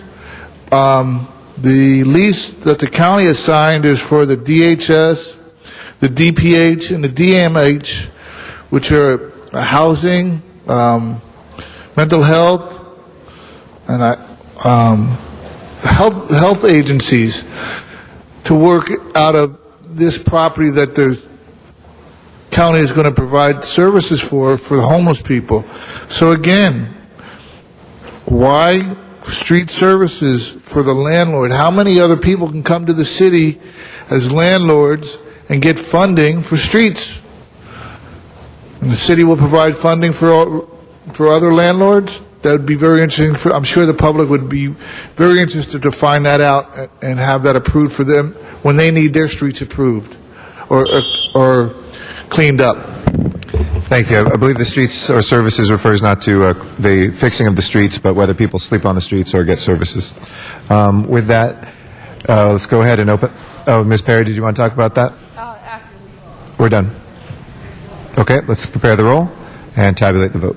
11 ayes. All right, that is approved. We have two rejection settlements before us, which we could go into closed session, but does anybody wish to go into closed session for the rejection? Oh, we have one. Okay. So just one of them on 42. And we have a speaker card. Matt Dowd, is he here? If not, we'll go ahead and enter that into the record. And if nobody objects, I will move then the recommendation in the Epstein versus City of Los Angeles et al. Case to reject the settlement. Okay? Let's go ahead and prepare the roll and tabulate the vote. 11 ayes. Okay. Next order of business. Mr. President, on item number 44, there's a request to continue that to Friday. Okay. Without objection, we'll continue 44 until Friday, the 19th. Next order of business, please. Council has motions for posting and referral. Those are posted and referred. There are excuses on the desk. Councilmember Zine requests to be excused Tuesday, October 7th for city business. That meets council policy. That excuse is granted. Councilmember Parks requests to be excused Tuesday, October 7th for personal business. That also meets council policy. Okay. Mr. Parks is excused. And Council President Garcetti requests to be excused October 7th to leave at 11:30 for city business. That meets council policy. All right. He is excused. And that clears the desk. Any announcements, folks? If not, do we have adjourning motions today? We do. If I can ask everybody to please rise in council chambers out of respect for our adjourning motions. Thank you.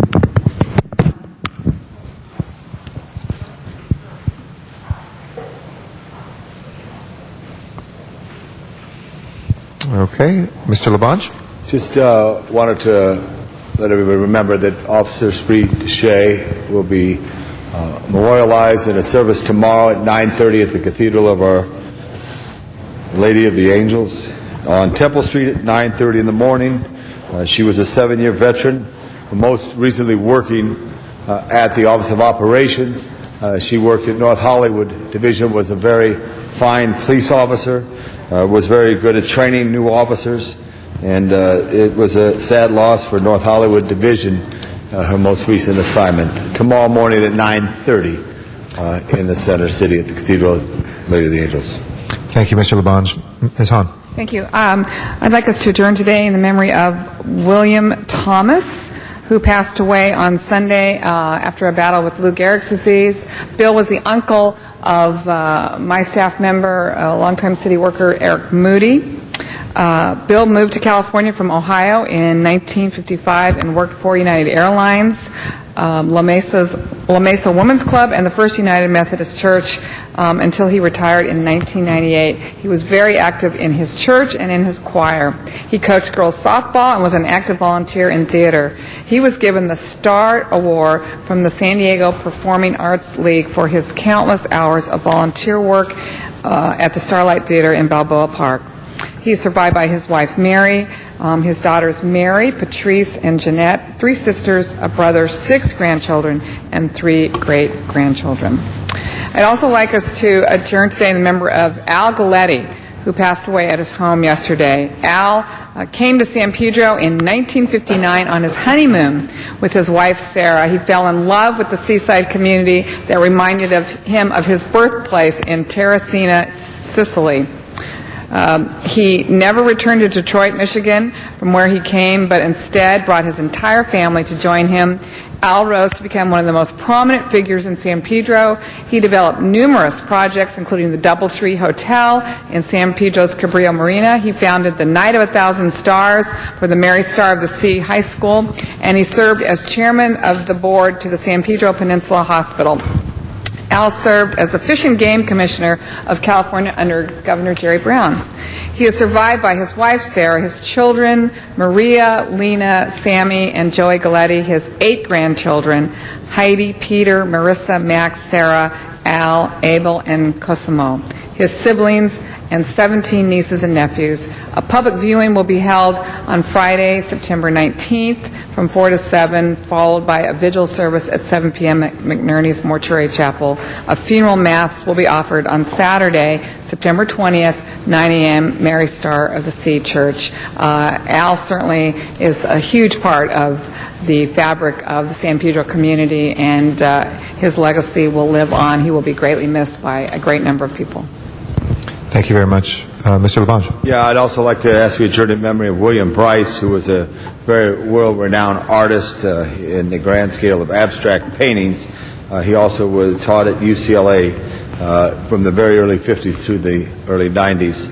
He was an emeritus professor, survived by his son John. I ask you to adjourn in memory of William Bryce. Thank you. Mr. Rosendahl? Yes, Mr. President. Peter Miguel Cameo. It was an old friend of mine, actually encouraged me to run for this job, and it was amazing. Peter Cameo, a Green Party leader who was the third-party candidate in 3 California gubernatorial elections before becoming Ralph Nader's running mate in 2004 presidential race, died Saturday. He was 68. Cameo, who has been battling lymphoma, died at his home in Folsom, a suburb east of Sacramento.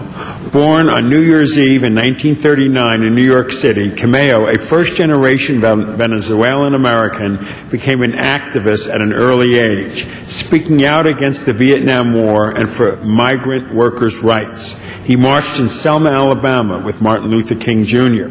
Cameo ran for the state's top office, governor, in 2002, 3, and 6, supporting abortion rights, the legalization of marijuana, universal health care, and a moratorium on the death penalty.